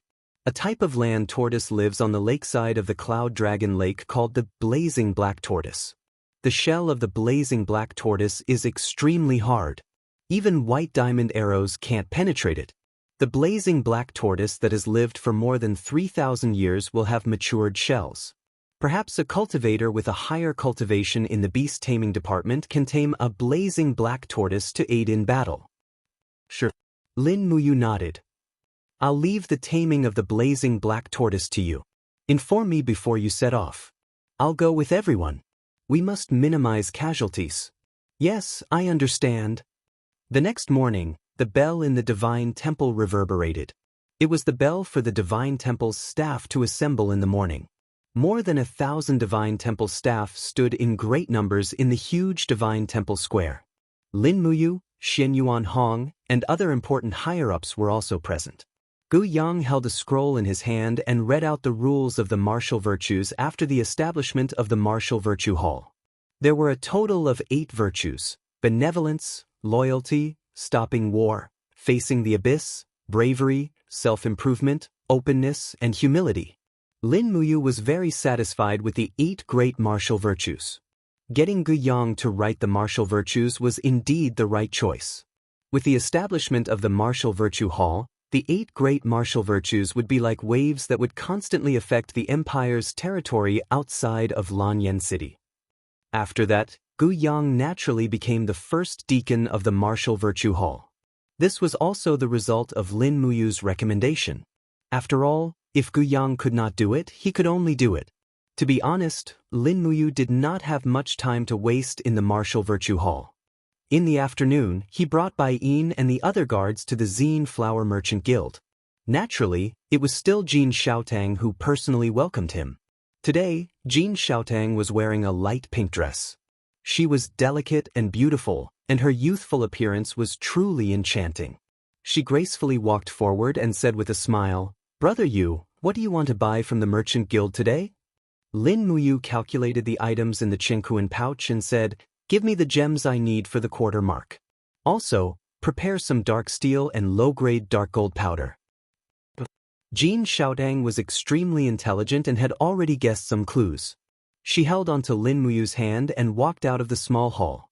She moved closer to his ear and said, "Indeed, a superb weapon that has both the inscription and the heavenly book will definitely have a sky-high price." Lin Muyu could not help but be speechless. Jin Xiaotang was really too smart. She had guessed his thoughts just like that. That's right. Ever since the heavenly book reappeared, the sales of weapons in the major merchant guilds had reached a bottleneck. The price could no longer go up. Spiritual and mystical grade weapons had basically become weapon embryos. Most of the prices had dropped by at least 50%. At this time, the most sought-after weapons were spiritual and mystical grade weapons that had the inscription or the heavenly book. Therefore, this time, Lin Muyu wanted to make use of his free time to forge in batches. Although the probability of a book being formed was relatively low, once it was formed, it would be a priceless treasure. After more than 2 hours, they had bought a large amount of dark steel, spirit stones, and gems. They were transported back with the help of the horse carriages from the Longdan army camp. In the afternoon, they closed the door with a bang and instructed Bai Yin and Wei Chou not to see anyone else. They were to focus on forging weapons. From afternoon to night, a total of 24 longswords were forged. All of them were mystical grade weapons. Basically, they were mystical grade level 7 to mystical grade level 2. These longswords were highly sought after treasures 5 years ago. However, the market was becoming more and more mature now. Blacksmiths from all over the world had gathered in Lanyan City. In addition, Su Muyun's subordinates, Yuchi Tian, Yuchi Yen, and other members of the Yuchi family were constantly producing mystical grade weapons. Therefore, the market for mystical grade weapons had been hyped up. It was no longer as popular as before. The 24 longswords did not have names. They only had numbers 1 to 24. This was Lin Muyu's plan to mass-produce them. Clang. Longsword number 1 was placed on the table. Lin Muyu picked up the carving knife and began to inscribe on the hilt of the sword. Level 5 Dragon Slaying Seal could provide the weapon with the effect of a dragon power attack. This was also the seal with the highest success rate for Lin Muyu's current engraving skills. However, it was extremely difficult to inscribe the complicated dragon slaying seal on the small hilt of the sword. Not long after, the sword was embedded into the dragon heart stone. However, the blade was dull and the engraving was actually broken. Lin Muyu calmed himself down and put the broken sword aside. He could use it as the embryo of the heavenly book later to inscribe again. It was all right. He could not explode in his mind. He could take it slow. As a result, the engraving of the next few weapons was successful. The moment they were embedded into the dragon heart stone, they bloomed with the radiance of the dragon-slaying seal. When it was late at night, Lin Muyu's forehead was already covered with sweat. He had successfully engraved 11 of the 24 longswords. This success rate was already considered to be at the peak. Phew! He took a deep breath, put down the carving knife, picked up the spiritual pen, and filled it with sufficient low-grade dark gold powder. It was time to inscribe the heavenly book. The surface area of the sword was considered relatively large. Lin Muyu did not pursue to inscribe a complete heavenly book. Instead, he wanted to inscribe a simplified version of the heavenly book. The heavenly book that was extracted from the heavenly book was of the fire element. After all, the fire element was a pure attack type. The dragon-slaying seal was also an attack type. Moreover, it was engraved on a long sword. Swoosh. Sword number 1 actually became a book. The orange light was very intense. It was a top-grade spiritual book of the law of fire. Lin Muyu couldn't help but feel a little excited. He continued to write with sword number 2. It was a pity that he had written it badly. He did not comprehend his state of mind. This sword could only become a semi-finished embryo with the engraving but not the heavenly book. He was not discouraged and continued to write. However, the engravings were ruined one by one. Either it became a book but not engraved, or it was engraved but not a book. Lin Muyu's mood gradually worsened. There was a sense of frustration that came from nowhere. It was too hopeless. All the way until it was almost dawn, the long sword in his hand suddenly burst out with a bright light. A pale yellow light soared into the sky. It was a low-grade heavenly book. Furthermore, this sword with serial number 21 already had a successful god-slaying seal. Just when Lin Muyu was about to lose all hope, the first successful work was born. This sword was also the only one among the 24 longswords that had the blessing of 2 divine powers. It was originally a mystic rank 1 top-grade embryo and had a complete god-slaying seal. Then, it activated the heaven and earth energy of the low-grade heavenly book. This sword might be the unparalleled sword in the world, writes Chapter 542. Heavenly Book Pavilion, Elders Conference. Bada, Ouyang Ping took a puff from his pipe, his face was cloudy. Lu Yen squinted his eyes and said, "Everyone, please say something. What kind of extraordinary person is behind the Zine Flower Chamber of Commerce to be proficient in both engraving techniques and the heavenly book technique?" Ji Lin remained silent. After a long while, he looked at Qin Yong and said, "Prince Zhong, you are the uncle of Her Highness the Empress. Perhaps you can ask Her Highness the Empress to issue an edict and invite the extraordinary person behind the Zine Flower Chamber of Commerce out." Qin Yong couldn't help but laugh. "Lord Manager, please don't joke around. This is an extraordinary person who can write a top-grade earth book." Adding on the current possibility, he might also be proficient in engraving techniques.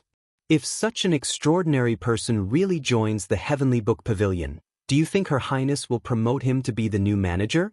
After all, whoever can write a stronger heavenly book will be promoted to manager. This is the agreement when the Heavenly Book Pavilion was established.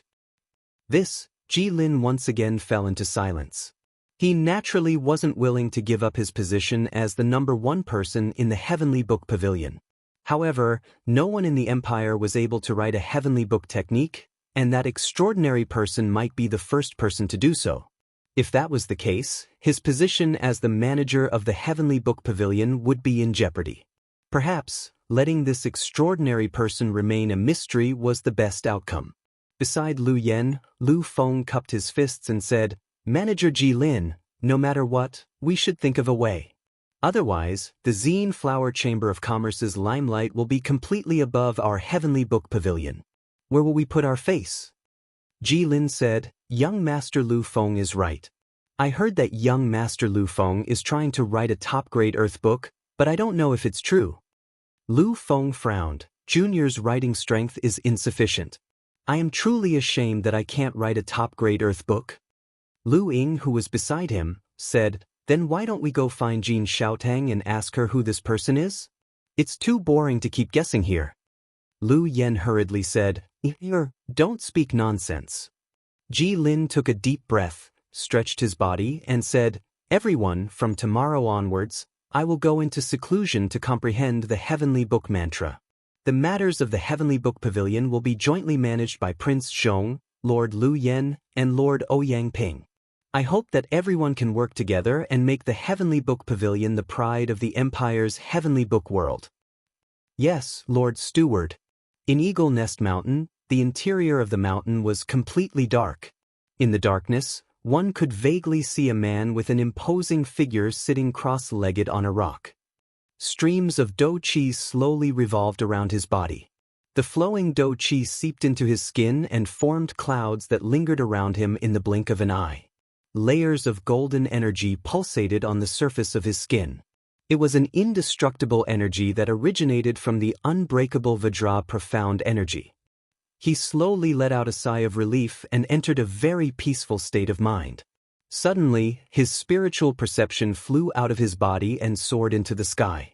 Beyond the 9 heavens, the sky was filled with golden radiance and dense divine power. Between the spirit mountains, there were images of various Buddhas. The Buddhas did not speak and only put their palms together.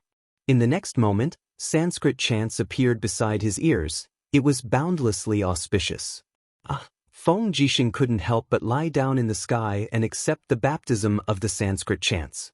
Every inch of his body was bathed in this extremely comfortable Buddhist profound energy. Immortal Sanskrit chants. Finally, Feng Jixing cultivated the Vajra protection divine art to the 6th stage. He could clearly feel the Vajra protection chi on the surface of his body becoming more and more tyrannical and solid. He had already achieved initial success in this divine art. At the very least, he no longer needed to rely on battle armor to protect himself. Moreover, when he was fighting against a powerhouse of the same level, relying on battle armor alone was far from enough. This was also one of the reasons why Feng Jixing was so focused on cultivating the Vajra protection divine art. His cultivation of the Vajra protection divine art had already surpassed that of Lin Muyu. The reason was simple: focus. During this period of time, Feng Jixing had only cultivated the Vajra protection divine art, while Lin Muyu had to cultivate the star arts and dragon forging bone remnant scroll. Knock knock. The sound of knocking came from the stone door. Who is it? Feng Jixing slowly opened his eyes. His body was still in a cross-legged position. The strong muscles on his arms and chest were glistening with sweat. Unknowingly, he was already drenched in sweat. Subordinate Luo Yu requests to see the commander. Come in. Creak. The stone door opened and Luo Yu walked in with a torch. She respectfully knelt on one knee and said, Commander, you have been cultivating in the mountain for a full 17 days. I know. Has you come back? He came back a few days ago. Luo Yu said, General Feng, there was a letter from Lingdong province. They found new movements of the demon race. What happened to the demon race? Feng Jixing raised his eyebrows and asked. Someone saw Qian Feng commanding the newly formed Armor Demon Legion to train. He prepared heavy battle shields and sharp steel spears for the armor demons. The battle formation they are practicing is somewhat similar to the Qiankuan battle method used by General Feng. What? Feng Jixing gasped in disbelief and said, Qian Feng has only seen the Qiankuan battle method once. Has he learned it? I don't know. But I do know that Qian Feng has begun to forge armors for the armor demons to protect the heart, head and other fatal parts of the armor demons. Moreover, a batch of armor demons is sent to Qian Feng almost every day. Our scouts exchanged their lives for the intelligence. Qian Feng has rebuilt at least 50,000 armor demons. A centipede dies but doesn't fall down. Feng Jixing slowly murmured and said, Have you and His Highness received this news? Not yet. Go and tell them immediately that the Empire must strengthen the training of the soldiers. The demon race has not given up their intention to offend us. In addition, immediately send out an order to strengthen the defense of the steel wall. No one knows when the demon race will launch the next attack. Yes, subordinate understands. Does General Feng still want to continue training? Yes. Feng Jixing nodded his head. I want to master the 7th layer of the diamond body protection in one go before I come out. You go first, discuss any news regarding the demon race with IU. When I'm not around, he will be able to take charge. 2 days later, the Zine Flower Auction House had a great harvest. The 24 long swords that Lin Muyu forged were all sold. Among them, the most perfect one was sold at a price of 12.4 million Jin coins. The buyer was the Qian family, one of the tycoons in Lanyan City. The young master of the Qian family, Qian Lian, was also a practitioner. He had stepped into the heaven realm at a young age. Although he used Dream Return to Zenith as a help, he was still one of the best among the young generation. His father had high hopes for him, so he spent a lot of money to buy this perfect long sword. In the back hall of the Chamber of Commerce, Lin Muyu was counting the money happily. She had earned nearly 20 million Jin coins from this auction. The tight funds for the development of magic crystal cannon could be relieved for a while. Just as she was feeling happy, someone outside asked to see her. It was Wei Chou. "Commander, we're ready. We'll set off tomorrow for the Cloud Dragon Lake in the depths of the Dragon Forest. Do you have time to go with us?" Wei Chou asked carefully. "Yes, of course." "Prepare the weapons and food." "Yes." After that, they went to the Zetian Palace to bid farewell to Qin Yin and Tang Xiaoxi. Lin Muyu had to go to the Zetian Palace to prepare for the next war. In the Cloud Refining Mountain Range in the Cloud Refining Province, the endless mountains reached the clouds as if they were going to pierce through the sky. There was not a single blade of grass growing on the mountain range. It had become a snowy region. It was said that the peak of the Cloud Refining Mountain Range was the place closest to the sky in the human world. However, it was also the most dangerous region. The cold wind was biting cold, and a whirlwind could tear an ordinary person's body into pieces. However, in this deserted place, a figure dashed up the steep cliff. It was a young man holding a spear. Faint flames lingered around his feet. It was the king's fighting flame. He was wearing leather boots. Every time his boots touched the wall, a purple dragon claw would appear and pierce into the rock stratum. This was also the reason why he could walk on the steep cliff as if it was flat ground. The spear rested on his shoulder, and he was carrying the corpse of a muntjac. There was a hint of joy on his face. After a few leaps, he landed on the snowy land at the peak of the Cloud Refining Mountain Range. His figure flashed like lightning into a cave in the snowy region. "Master, master." He smiled happily and said, "Look, master, what did I catch?" Inside the cave, an old man with white hair and beard slowly opened his eyes. Looking at the proud expression on his face, the old man couldn't help but smile. You went hunting again?" The young man called Exen, or knelt on one knee and said, "Luo Exen greets master. There is no food in the Cloud Refining Mountain Range, so I wanted to catch some game for master." The old man laughed. "I have been cultivating for thousands of years. I am about to see through the secrets of heaven and step into the godly state, so I don't care about food. Exen, you have already achieved some success in your studies.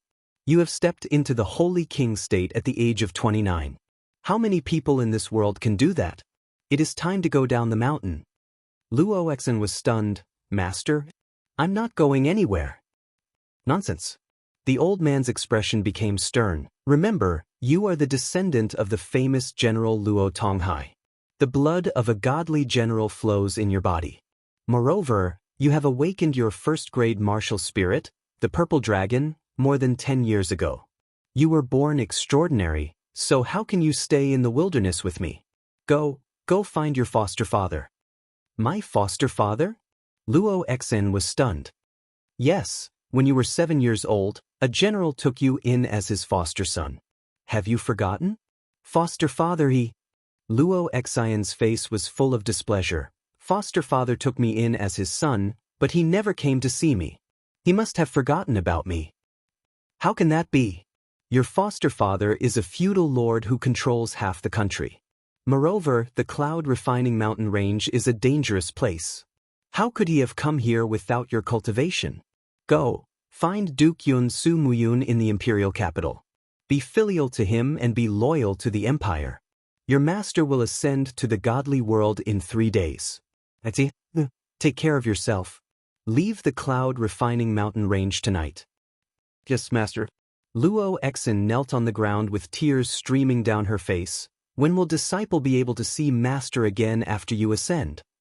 The old man smiled. "When you ascend to the heavenly world, master will come looking for you. Cultivate well in the mortal world." "Yes, master." Chapter 543.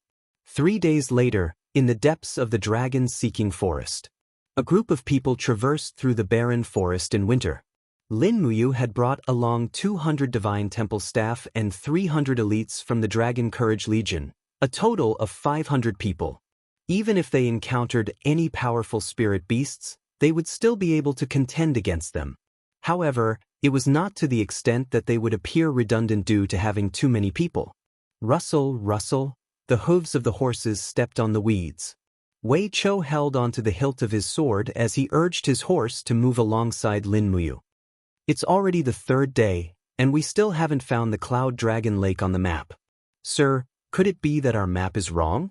It's not possible. Lin Muyu shook her head. But the dragon-seeking forest stretches for thousands of miles. It's normal for the map to have an error. I dare to confirm that the dragon-seeking lake is within 5 miles of where I am. Search slowly, and we will find it eventually. Yes. Wei Chou nodded. Sir, although we have brought sufficient rations, we are running out of fodder for the warhorses. If this continues, we can only graze the warhorses in the forest at night to replenish their energy. Lin Muyu responded. However, snowflakes drifted down in the cold wind. Due to the low temperature, the snowflakes did not melt for a long time on her robes. Lin Muyu sighed and said helplessly, "It's going to snow again. I hope the snow isn't too heavy this time, or else it will be troublesome if the mountain is sealed off by the heavy snow." Yes. Wei Chou looked around and said, "Men, release the swift wolves and find the location of the Cloud Dragon Lake." A few of the temple staff members who had tamed the swift wolves nodded their heads and whistled. Immediately, the swift wolves turned into gray traces and disappeared into the forest. Wei Chou looked around cautiously and said, "Everyone, be on your guard. An extremely powerful spirit beast could appear here at any time. Don't be careless and lose your life here." "Yes, Deputy Commander." Lin Muyu focused her mind and suddenly grasped the hilt of her sword with one hand. She ordered, "Everyone, spread out. Something is coming." Everyone started to scatter, while Lin Muyu leapt off her Snowstrider warhorse's back. She stepped on her domain cyclone and paused for a moment in the air. The spirit pulse technique clearly showed that there was a powerful energy rushing towards them.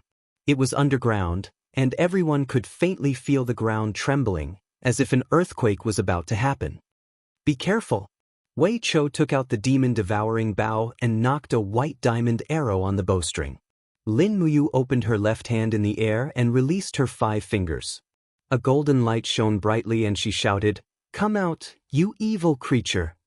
Buzz, buzz, buzz. Golden light soared into the sky as the 7 luminaries' celestial gourd activated its profound energy. Golden gourd vines rolled around underground, and in the next moment, a huge dragon snake rolled out of the ground. It was a 10,000-year-old earth-drilling dragon snake with 10 golden patterns. The dragon snake's head was bound by the gourd vines, and poisonous thorns pierced into its scales, causing it to bleed profusely. The earth-drilling dragon snake originally wanted to ambush the human army and feast on them. It also wanted to prepare for the lack of food in the coming winter and spring. However, it did not expect to encounter a killing god like Lin Muyu. It was destined that it would not be able to return. The dragon serpent roared angrily and suddenly opened its mouth to spit out a mouthful of flames towards the dozens of people from the holy temple in the distance. These people from the holy temple all had unique skills. Their true qi and do qi shone brightly, and their martial spirits emerged from their bodies. They were about to enter a defensive state, but with their strength, they might not be able to withstand the breath of the dragon serpent. Bang! Lin Muyu landed heavily on the ground and opened her left hand. The golden dragon blood shield flew up and blocked the breath of the dragon serpent. Without waiting for the dragon serpent to resist, Lin Muyu pounced forward and unsheathed the star's sword. Her 2 martial spirits fused instantly, and the huge treasure sword shone brightly as it slashed at the head of the dragon serpent. The dragon serpent's protective spiritual energy was instantly shattered. In the next moment, Lin Muyu's simple and clean slash directly chopped off the head of the dragon serpent. The remaining half of the dragon serpent's body twisted crazily in the soil, and the upper half was spewing out blood. It twisted violently, but it was only a matter of time before it died. Wei Chou and Bai Yin looked at each other. They knew that Lin Muyu was powerful, but they did not know that the commander of the Dragon Courage Legion could kill a 10,000-year-old spirit beast in one move. Ding. The star's sword was unsheathed, and Lin Muyu walked forward. She opened her palm slightly, and the exposed spirit stones of the dragon serpent were sucked into her palm. The flames washed away the snake's blood, and she casually threw the spirit stones into her universe bag. Lin Muyu smiled and said, The earth-drilling dragon serpent is of the fire attribute, so its meat is not bad. Cut a piece of the dragon serpent's meat and bring it with you to cook at night. It can keep you warm. Everyone nodded and pulled out their weapons. In the blink of an eye, the upper half of the dragon serpent's body was reduced to a pile of bones. At this time, Lin Muyu suddenly became vigilant. She couldn't help but whisper, "Be careful, something is coming." Everyone get off your horses and form a circle with the horses in the middle. Prepare to face the enemy with the universe tactics. Yes. This group of people were well trained and quickly obeyed the order. In the blink of an eye, the 500 people formed a small universe tactics formation in the open space of the forest. Shields, blades, and swords faced the outside.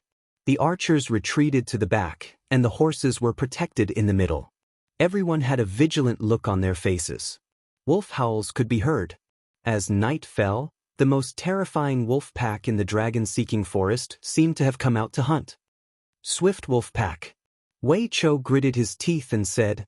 Bai Yin squinted his eyes and said, "A swift wolf pack 800 miles deep in the dragon-seeking forest. Interesting. Perhaps there is already a 10,000-year-old wolf king as the leader?" You jinx. Wei Chou looked into the distance and saw a pack of swift wolves surging out of the forest. As expected, a wolf king with a total of 12 golden patterns on its head glared at the people in the forest. It bared its teeth, and a stream of mucus flowed down its teeth. This was actually a 12,000-year-old wolf king. Wind attribute spiritual stone, not bad. Lin Muyu thought differently from the rest. Wei Chou groaned inwardly and said, "Madam, this pack of swift wolves is probably more terrifying than any pack of swift wolves we have encountered before. The alpha wolf is 12,000 years old, while the second wolf and third wolf are 9,000 years old and 8,000 years old respectively. Most of the wolves have a lifespan of 5,000 years and above. This is too terrifying." Immediately, a gold star instructor from the Sanctum in the Universe Tactics formation shuddered. He looked at Lin Muyu and said, "Great Deacon, I'm afraid this pack of wolves is the legendary Wolf Emperor pack." Wolf Emperor pack? Lin Muyu was stunned. What does Wolf Emperor pack mean? I've only heard of weasels. The Gold Star instructor complained incessantly, the Wolf Emperor pack has existed in the history books for as long as 500 years. This pack of wolves is the fiercest and strongest pack of swift wolves in the entire dragon-seeking forest. This pack of wolves has always bullied the weak, and as long as they will appear as a pack. Over the past 500 years, at least 10 or more sanctuary powerhouses of the Empire have died under the sharp claws of this Wolf Emperor pack. Even sanctuary powerhouses are no match for this pack of wolves? Yes, this pack of wolves is very cunning. If they can win, they will fight. If they can't, they will leave. Under the wheel tactic, many sanctuary powerhouses have become delicious meals in their mouths. Fortunately, we have more people. Lin Muyu pulled out the star sword again and said, "Prepare for battle. Prepare the white diamond arrows. Once we enter the shooting range, start shooting. I want to kill more than 100 of them before the wolves arrive." Snowflakes rustled and fell on everyone. In the distance, there was a rustling sound, and a dense pack of wolves emerged. Their lifespans ranged from 2,000 to 10,000 years. The sky darkened in the blink of an eye, and the pack of wolves roared and pounced on them. Swoosh! Wei Chou's arrow flew out and directly pierced through the throat of a 4,100-year-old swift wolf. With an "Ao-Ao" sound, the swift wolf fell to the ground and rolled far away, immediately dying. Good archery! Bai Yin could not help but smile. He immediately raised his hand and shot an arrow. The arrow disappeared into the forest. Bai Yin's archery skills were obviously not comparable to the art of stealing. Lin Muyu saw this and was determined to get her hands on the spirit stones of the leader wolf, the second wolf, and the third wolf. It was rare to see a wind elemental spirit stone with a long lifespan. Once a wind elemental spirit stone was refined, it could greatly increase the speed of a sharp blade. It was extremely rare. The chieftain wolf roared. Its chest had been hit by 2 arrows from Wei Chou, and it was already bleeding. However, its vitality was very strong, and it still pounced on them. It opened its huge mouth, and a storm descended along with it. Oh no! Wei Chou turned pale with fright. However, Lin Muyu was much calmer. Her figure dashed forward like a bolt of lightning, and a circle of golden gourd walls surrounded her, protecting her body perfectly. The stars' sword slashed down from the sky, and 5 mountains descend from the heavens appeared. Boom! The powerful astral energy dispersed the storm formed by the Wolf King. The star's sword landed directly on the Wolf King's head, and with a kacha sound, the skull was cut open. Woo! The Wolf King howled miserably. Who would have thought that there would be such a powerful expert in this group of people? Its body fell to the ground under the power of the 5 mountains descend. With a miserable howl, it actually wanted to run away with its tail between its legs. Want to run? Ha! Lin Muyu laughed heartily and stomped on the ground. Pung, pung, pung, 3 gourd vines broke out from the ground and surrounded the Wolf King. Numerous golden god-binding chains surged out, and with a piu, piu, piu sound, the Wolf King's body was pierced through. In an instant, fresh blood flowed out, and the Wolf King that roamed the depths of the dragon-seeking forest died on the spot. Ayo, ayo, the Wolf King howled, and its eyes were filled with ferocity. As soon as the Wolf King died, it immediately took the stance of ascending to the throne. At least 100 swift wolves pounced towards Lin Muyu. Lanyan City. Snowflakes floated in the sky above the city, seeping into the ground.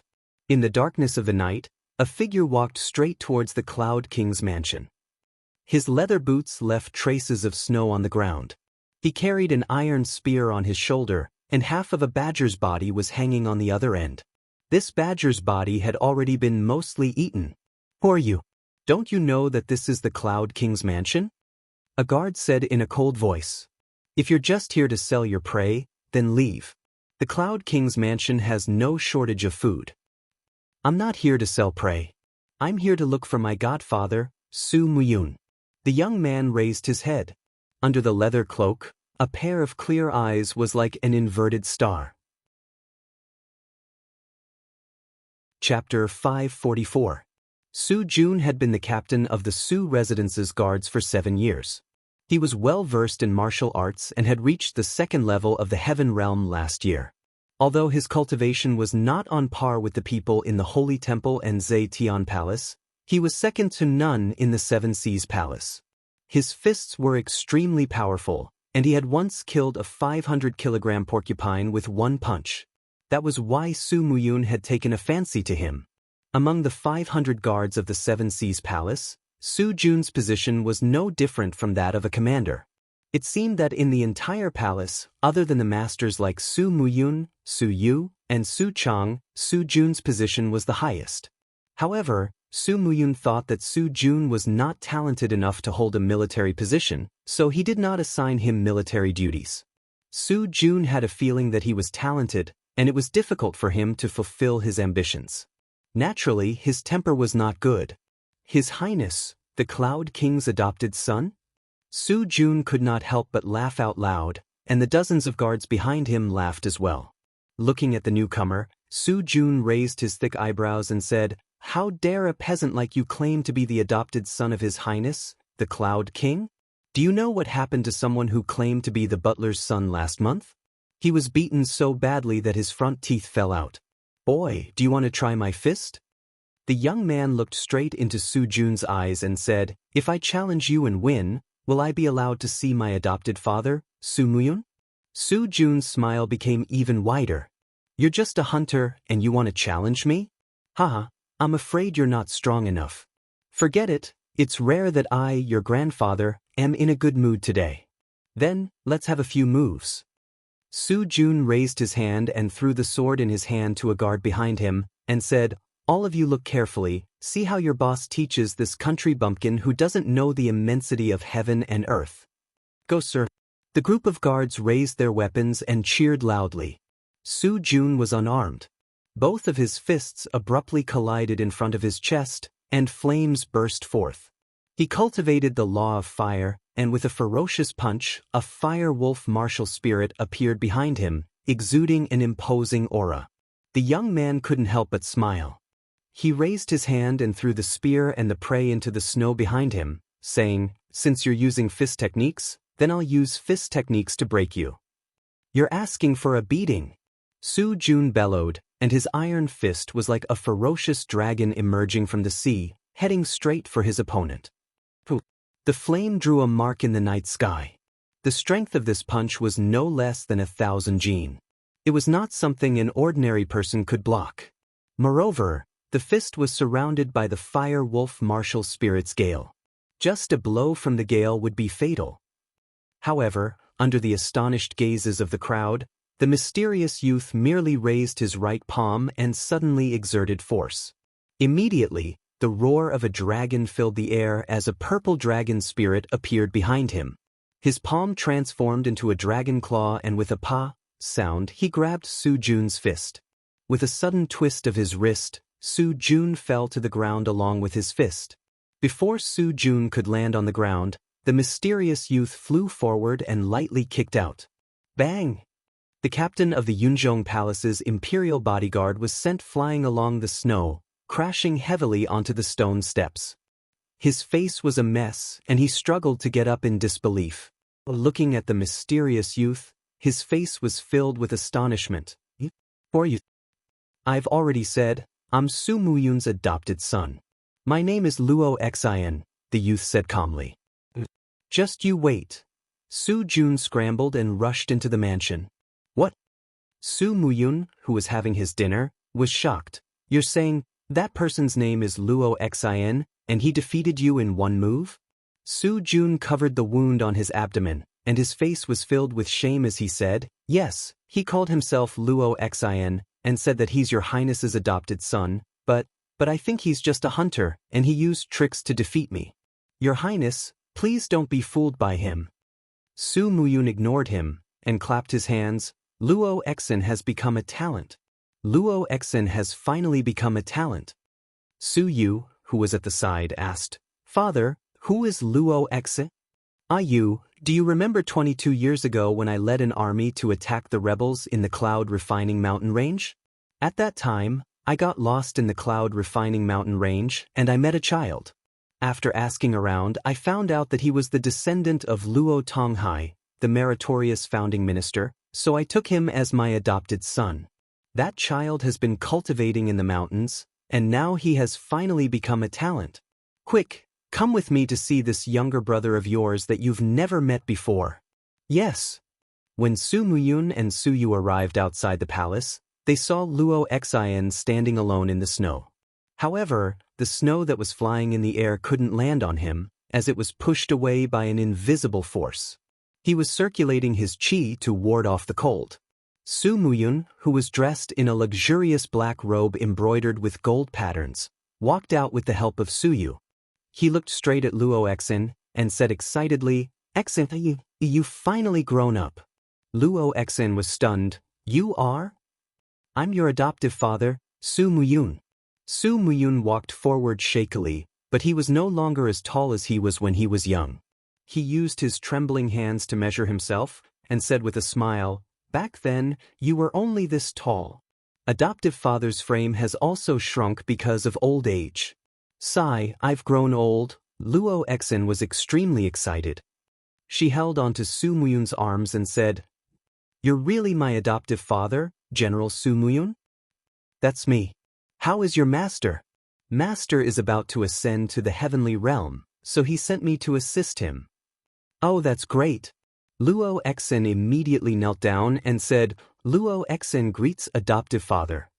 "Good. Quickly get up." Su Muyun was so excited that his whole body trembled and said, "Xen, quickly come and meet your sister. Her name is Su Yu. From now on, you two can call each other brother and sister, right?" Luo Xen greets Sister Su Yu. "Good brother." Su Yu was beaming with joy. Ever since Su Qin died in battle, she hadn't had a brother for a long time. Now that the heavens had gifted her such a handsome and powerful brother, how could she not be happy? Su Muyun patted Luo Xian's shoulder, and his face was filled with a doting smile, and said, "Luo Xen, I heard that you defeated my guard captain, Su Jun. Is that true?" "Guard captain?" Luo Xian was stunned and said with a smile, "Adoptive father, your guard captain is really weak." Su Jun was immediately embarrassed, but he couldn't refute it. Luo Xian's status was now completely above his, and the difference between a master and a servant was like heaven and earth. "Are you really that powerful?" Su Muyun smiled slightly and said, "Come, why don't you show your strength to adoptive father?" "All right, adoptive father, please take a few steps back." Su Yu supported Su Muyun and took a few steps back, letting Luo Xian stand alone in the open space in front of the mansion. After slowly closing his eyes, the snowflakes around Luo Xian moved without any wind, and slowly rose up, spinning into a snowstorm. At the same time, Luo Xian's body surface was enshrouded with a fiery red do qi, which was the king's do qi of the Holy King realm. Hong! A dragon roared, and a bright purple divine dragon martial soul soared into the sky, circling around Luo Xian. For a moment, an invisible pressure fell, and the stone bricks in front of the mansion cracked, and a powerful destructive force was raging. Su Yu's small mouth opened wide and said, "King's do qi. He is actually a powerhouse of the Holy King level, my god." Su Muyun's face was full of joy and said, "Enough, Luo Xian, it's enough, adoptive father knows your strength." Luo Xian smiled slightly, and the surrounding cyclone disappeared in an instant, and the snowflakes fell to the ground, and said, "Adoptive father, is Luo Xian strong enough to be a general?" "Yes, I can be." Su Muyun beamed, "With a little more training, I can be the main general at the front lines." "Luo Xian, you haven't eaten yet, right? Quick, come in with me and your sister. Today is our family's first reunion meal." Luo Xian was moved, and tears welled up in his eyes. Since young, he had followed his master to cultivate alone. When he heard the word family, he felt like he was reborn. "Yes, adoptive father." In the dragon-seeking forest, the attack of the wolf pack was getting more and more violent. Kacha! The star's sword flashed, and the second wolf was killed. The flames in Lin Muyu's palms spun rapidly, and she suddenly blasted the dark energy of the chaotic life on the third wolf. In the midst of the howling, the third wolf's body was actually split into two by the flames, and was killed. At this point, the top 3 leaders of this wolf pack had been killed by Lin Muyu. "Master, we can't hold on anymore, the wolf pack is getting more and more numerous, we will definitely lose if we keep defending." Wei Chou shouted from behind. That's right, the wolf pack did not only rely on strength, but also numbers. At this time, the forest in front was already densely packed with swift wolves, and at least 1,000 swift wolves were charging over. "It's okay." Lin Muyu shook his palm, and took out a shining wrist guard from his Chenkuan bag. It was the supreme-grade Earth Book Mystic Steel wrist guard that he used to win the championship in Iha country. Hum! An earthy yellow light soared into the sky, and the power of heaven and earth was instantly activated. In the next moment, countless flames poured down from the sky, as if the whole world was illuminated. This fiery red magma-like fire rain fell on the wolf pack, and its lethality and destructive power were extremely strong. Immediately, the wolf pack howled incessantly, and the area within a few hundred meters was turned into a sea of fire.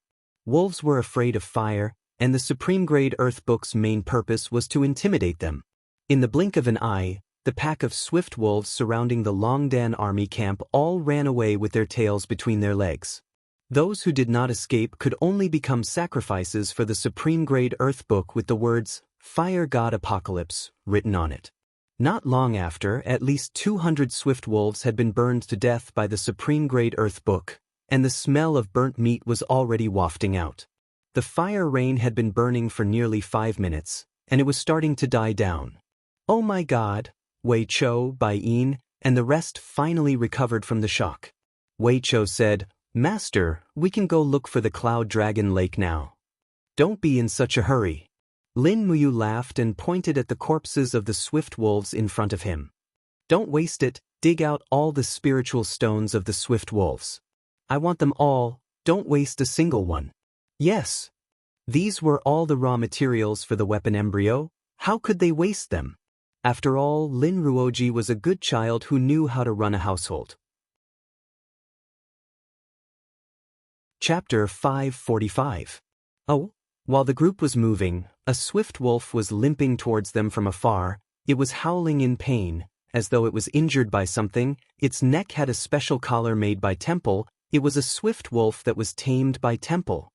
"Little Gray, come here." A young staff member hurriedly got off his horse and hugged the swift wolf affectionately. The swift wolf whimpered in its master's ear for a while, as if it had been wronged. Not long after, the staff member turned to Lin Muyu and cupped his fists. Reporting to Commander, this subordinate swift wolf has found the Cloud Dragon Lake. It's about 7 kilometers north of us, but there are many bloodthirsty tigers living around the lake, so we need to be careful. Understood. Lin Muyu looked at the swift wolf's injuries. Its hind legs were covered in blood, so it must have been injured by the bloodthirsty tiger. However, the bloodthirsty tiger had not been able to kill the swift wolf that had been scouting ahead.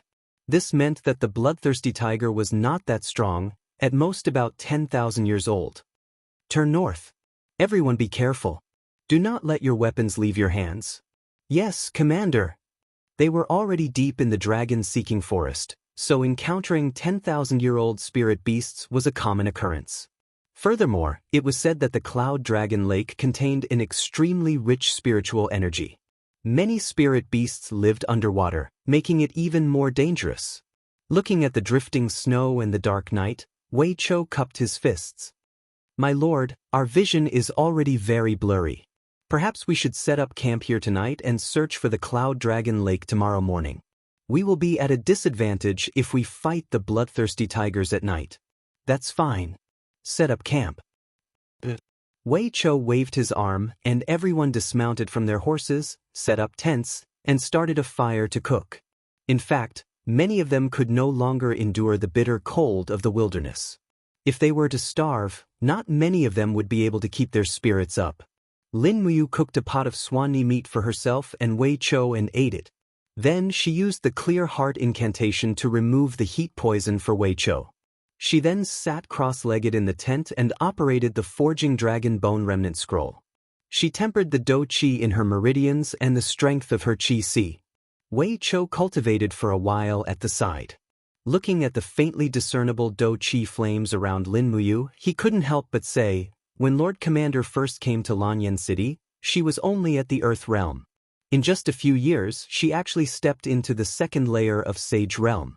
She really is a peerless genius. Lin Muyu couldn't help but smile. "If you have something to say, just say it, you brat."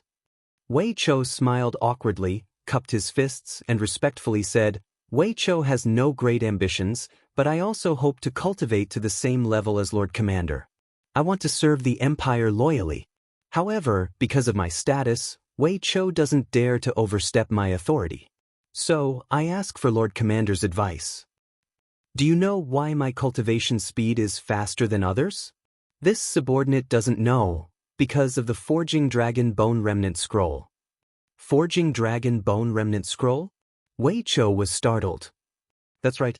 Lin Muyu took a deep breath and patiently explained. Although the Forging Dragon Bone Remnant Scroll is only an incomplete scroll, the mental cultivation method can remold the blood vessels and continuously temper the Qi Si and the True Qi and Do Qi in the Qi Si.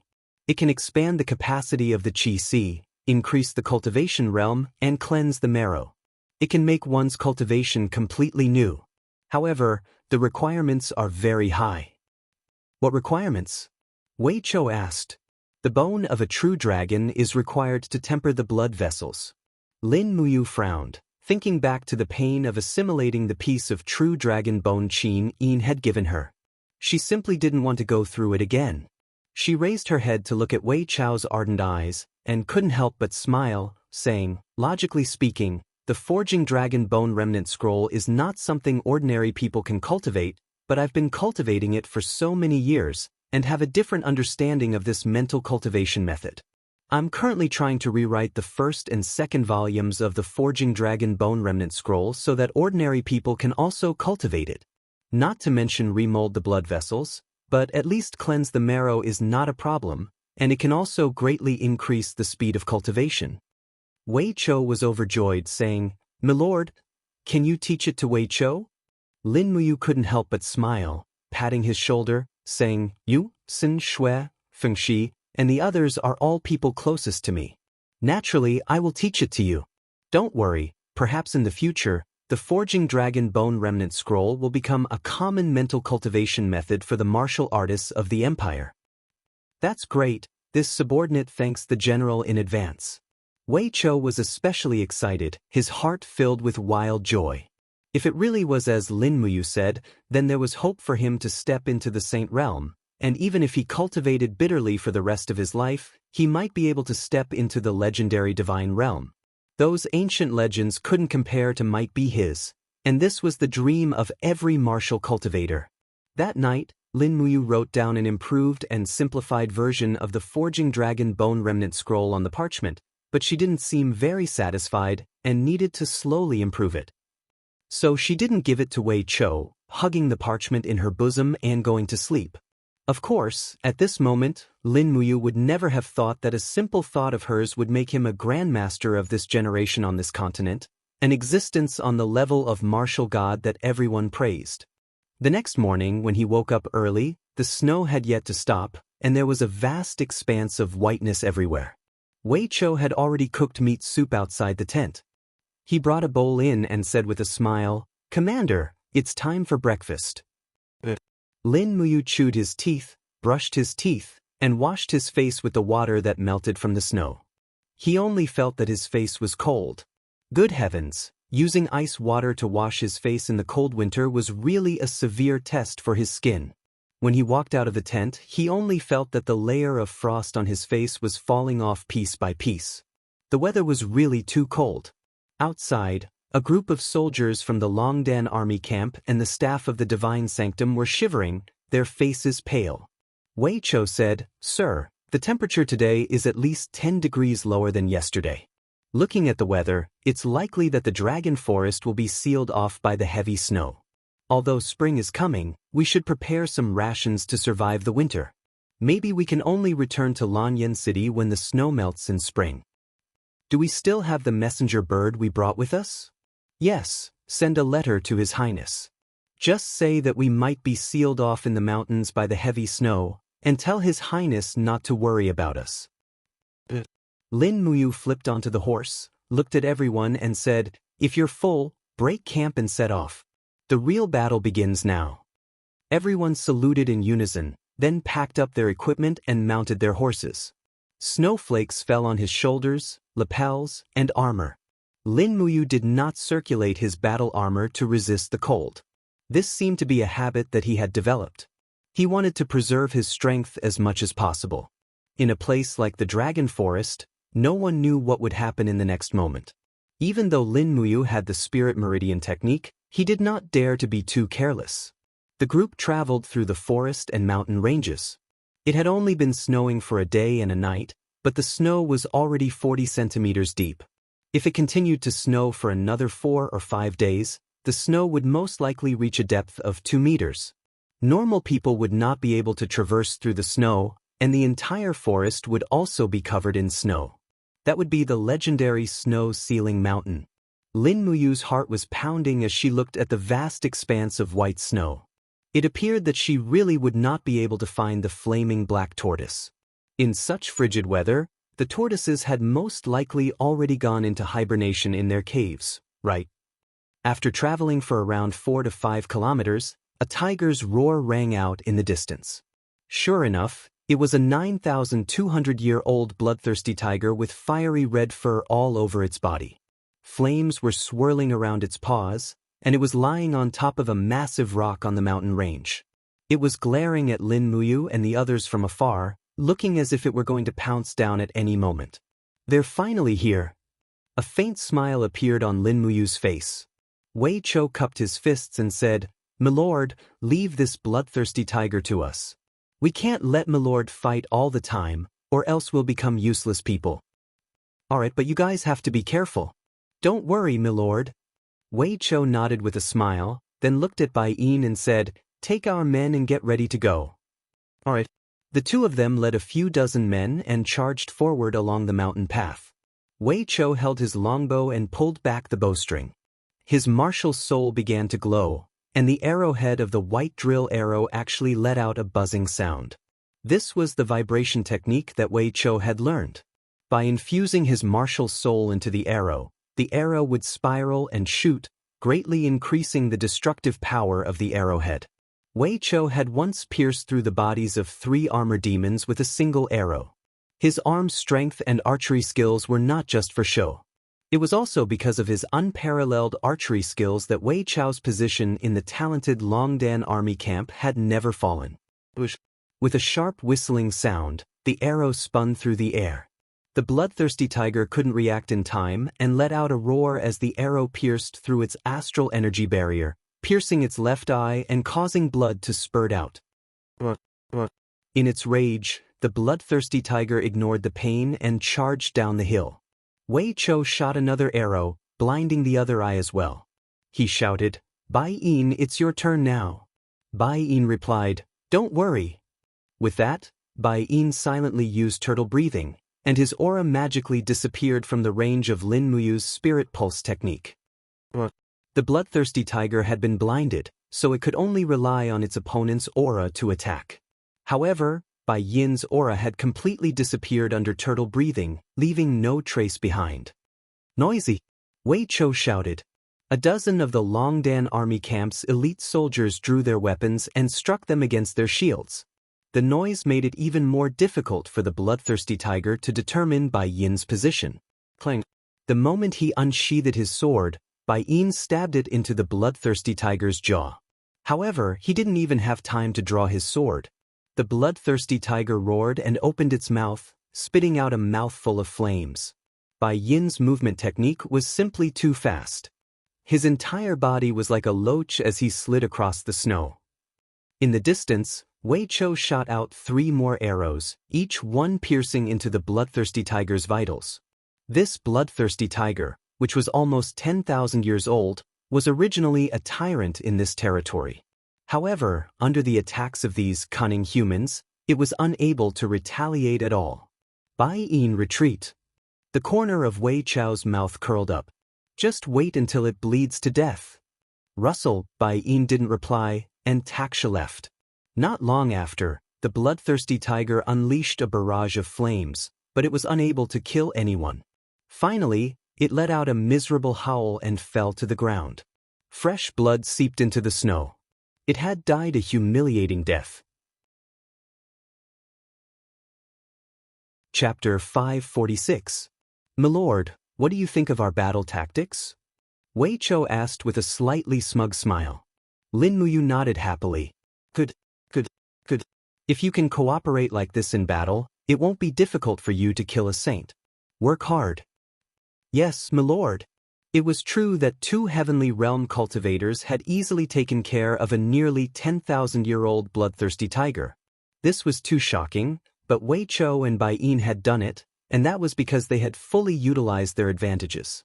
Wei Chou's arm strength and archery, while Bai Yin's turtle breathing technique hid his aura. As long as these 2 advantages were fully utilized, the bloodthirsty tiger's death was inevitable. After digging out the 9,200-year-old fire-type spirit stone, Lin Muyu tossed it into her cosmos sack and said, "Let's continue in search of the Cloud Dragon Lake." "Yes, milord." As they moved forward, they encountered another 7,400-year-old bloodthirsty tiger, which was also taken care of by Wei Chou and Bai Yin. However, when they encountered a 3rd bloodthirsty tiger, a 1,700-year-old one, Wei Chou and Bai Yin did not attack it. Instead, they used Lin Muyu's gourd vines to capture it. Then, a staff member of the Holy Temple with moderate cultivation used the beast-taming art to fuse with it. The bloodthirsty tiger was an overlord-level spirit beast that comprehended the law of fire. It was also a very precious spirit pet, especially one that was easily tamed at such a young age. It was practically a treasure. As the beast-taming art written by Lin Muyu slowly spread, those with decent cultivation in the imperial capital could basically fuse with a spirit beast. Everyone called it a spirit pet, and the scions of the nobility naturally began to compare the excellence of their spirit pets for fun. As a result, the business of spirit pets in the various merchant guilds became especially popular. Many fearless mercenaries also entered the dragon search forest to hunt spirit beasts. Every day, there would be an endless stream of mercenaries who would tie up spirit beasts in cages and send them into the city. The horse's hooves left footprints in the snow as Lin Muyu urged her horse forward slowly. Bai Yin frowned and said, "What's going on?" Logically speaking, we should have already reached Cloud Dragon Lake. In front of them was a vast expanse of white flatland. Lin Muyu raised her eyebrows and dismounted from the horse. She quickly wiped the snow off the ground with her hands. When she wiped it clean, she discovered that there was actually a layer of ice underneath the snow. "We're already on the Cloud Dragon Lake," Wei Chou said after being stunned for a while. Bai Yin said, "Then, where is that blazing black tortoise?" Logically speaking, the blazing black tortoise should be on the shore of the Cloud Dragon Lake. Damn it, could it be that the blazing black tortoise is already extinct? Then we really came for nothing. Don't be discouraged. Lin Muyu shook her head and said, "Let's go back. We seem to have gone too far." Riding on Taksha's back, Lin Muyu closed his eyes and slowly extended his spirit pulse technique. However, he still could not find any traces of the blazing black tortoises. He frowned and could not figure it out. He clenched his fist and immediately, a wisp of golden divine power surged into his Ihai. It was Fushi's divine power.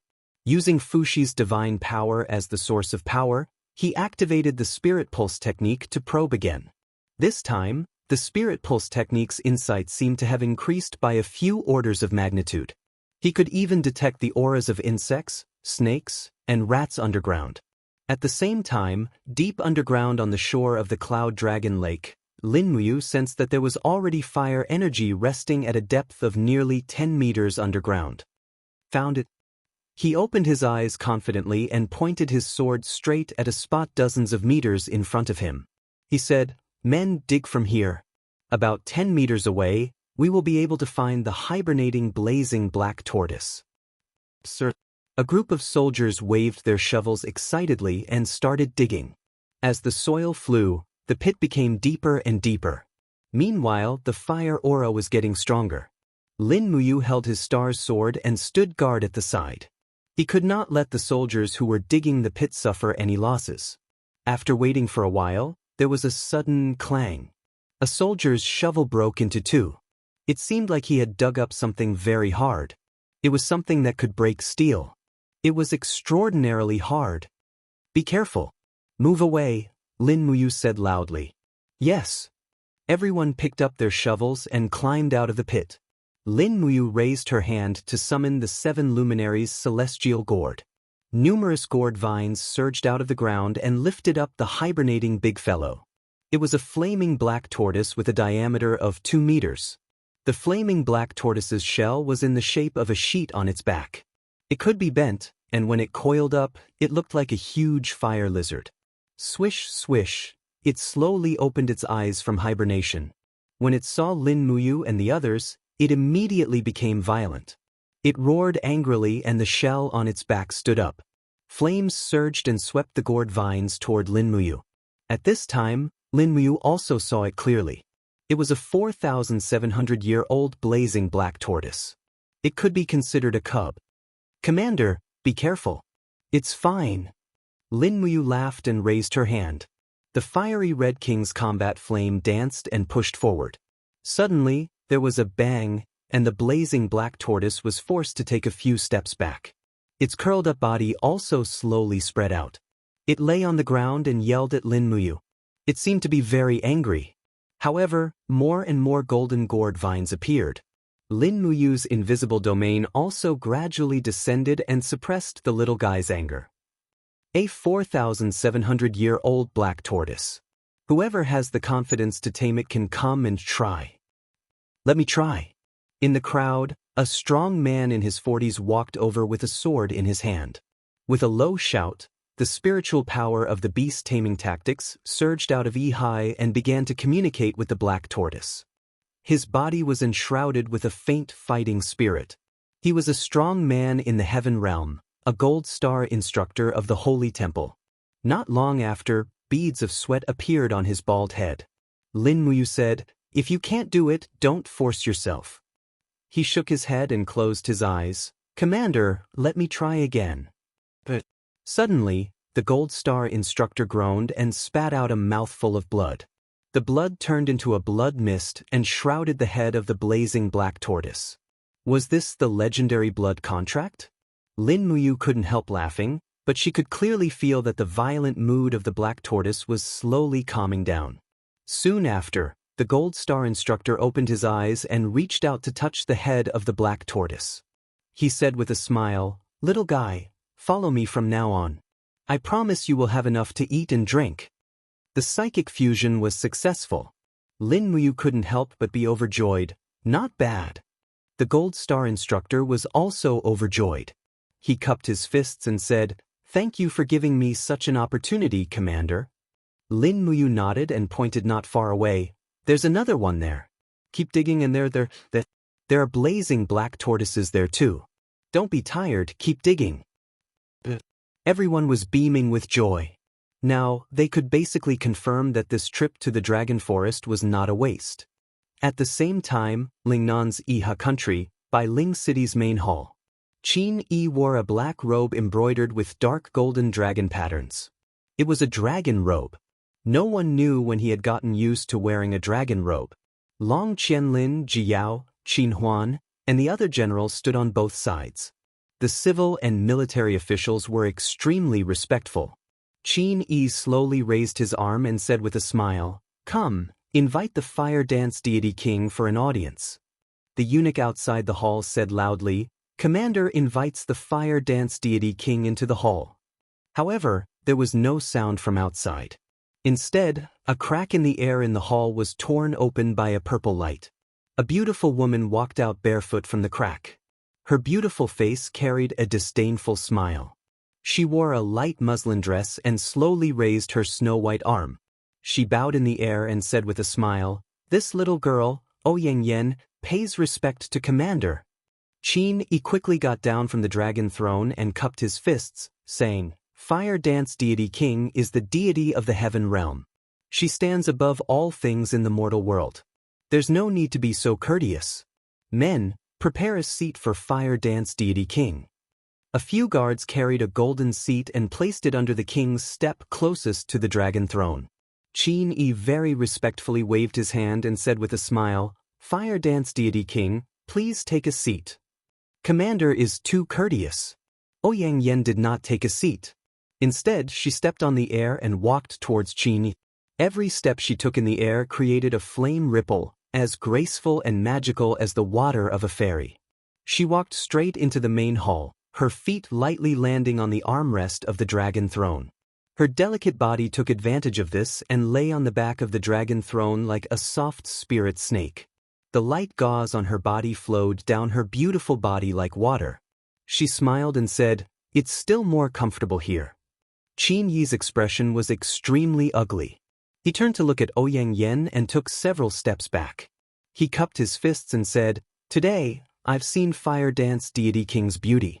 You're truly the most beautiful woman in the world. Lord Fire Dance Deity King has descended upon the mortal world and brought glory to the three realms. You're truly a blessing to the three realms." Below the king's step, Ji Yao's face was filled with anger.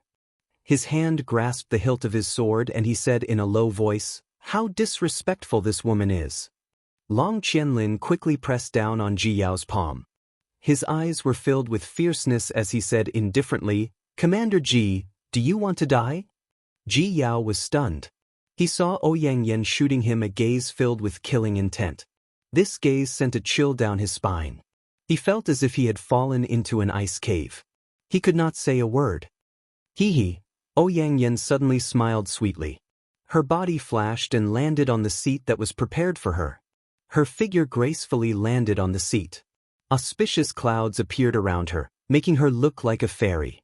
She said, "Thank you for such courtesy, Commander." Qin Yi heaved a sigh of relief. He cupped his fists and said, "Lord Fire Dance Deity is too courteous. This is what we from the mortal world should do. I, Qin Yi, have a presumptuous request. I hope Lord Fire Dance Deity will not refuse." "Oh, what presumptuous request?" Ouyang Yen crossed one of her long legs and asked with a smile. Qin Yi cupped his fists and said, "The southern ridges Iha country is filled with outstanding talents. The land is fertile and the world is beautiful. The common people hope that the heaven world will have the blessing of a great deity. Therefore, I hope that Lord Fire Dance deity will not look down on the position of Iha country's imperial preceptor."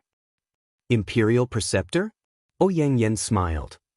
Doesn't the imperial preceptor already have someone? Luolan. Qin Yi's body trembled. A trace of uneasiness flashed across his face. Senior Immortal Luolan has been staying in the 7 world palaces for a long time. She does not care about worldly affairs. I hope that Divine King Fire Dance deity will not hesitate to be the great imperial preceptor of Iha country. From now on, every temple in Iha country will worship Divine King Fire Dance deity Ouyang Yen. The incense will not be cut off. Is that so? Ouyang Yen suddenly left her seat and appeared in front of Qin Yi at lightning speed. Her pretty face was only a few centimeters away from Qin Yi's old face. She looked at Qin Yi with a smile and said, "I'm not Luolan. I don't need that money, that useless worship and empty reputation. I only want all the spiritual beasts and spiritual stones of your Iha country." All the spiritual stones? Qin Yi was stunned. After a while, he took a step back and cupped his fists. "I will definitely strictly order the Iha country to pay all the spiritual stones to the imperial preceptor." Ouyang Yen smiled. That's right, that you're tuning in to the Wandering Hero YouTube channel. Don't forget to subscribe and join us on this journey to catch the most captivating stories.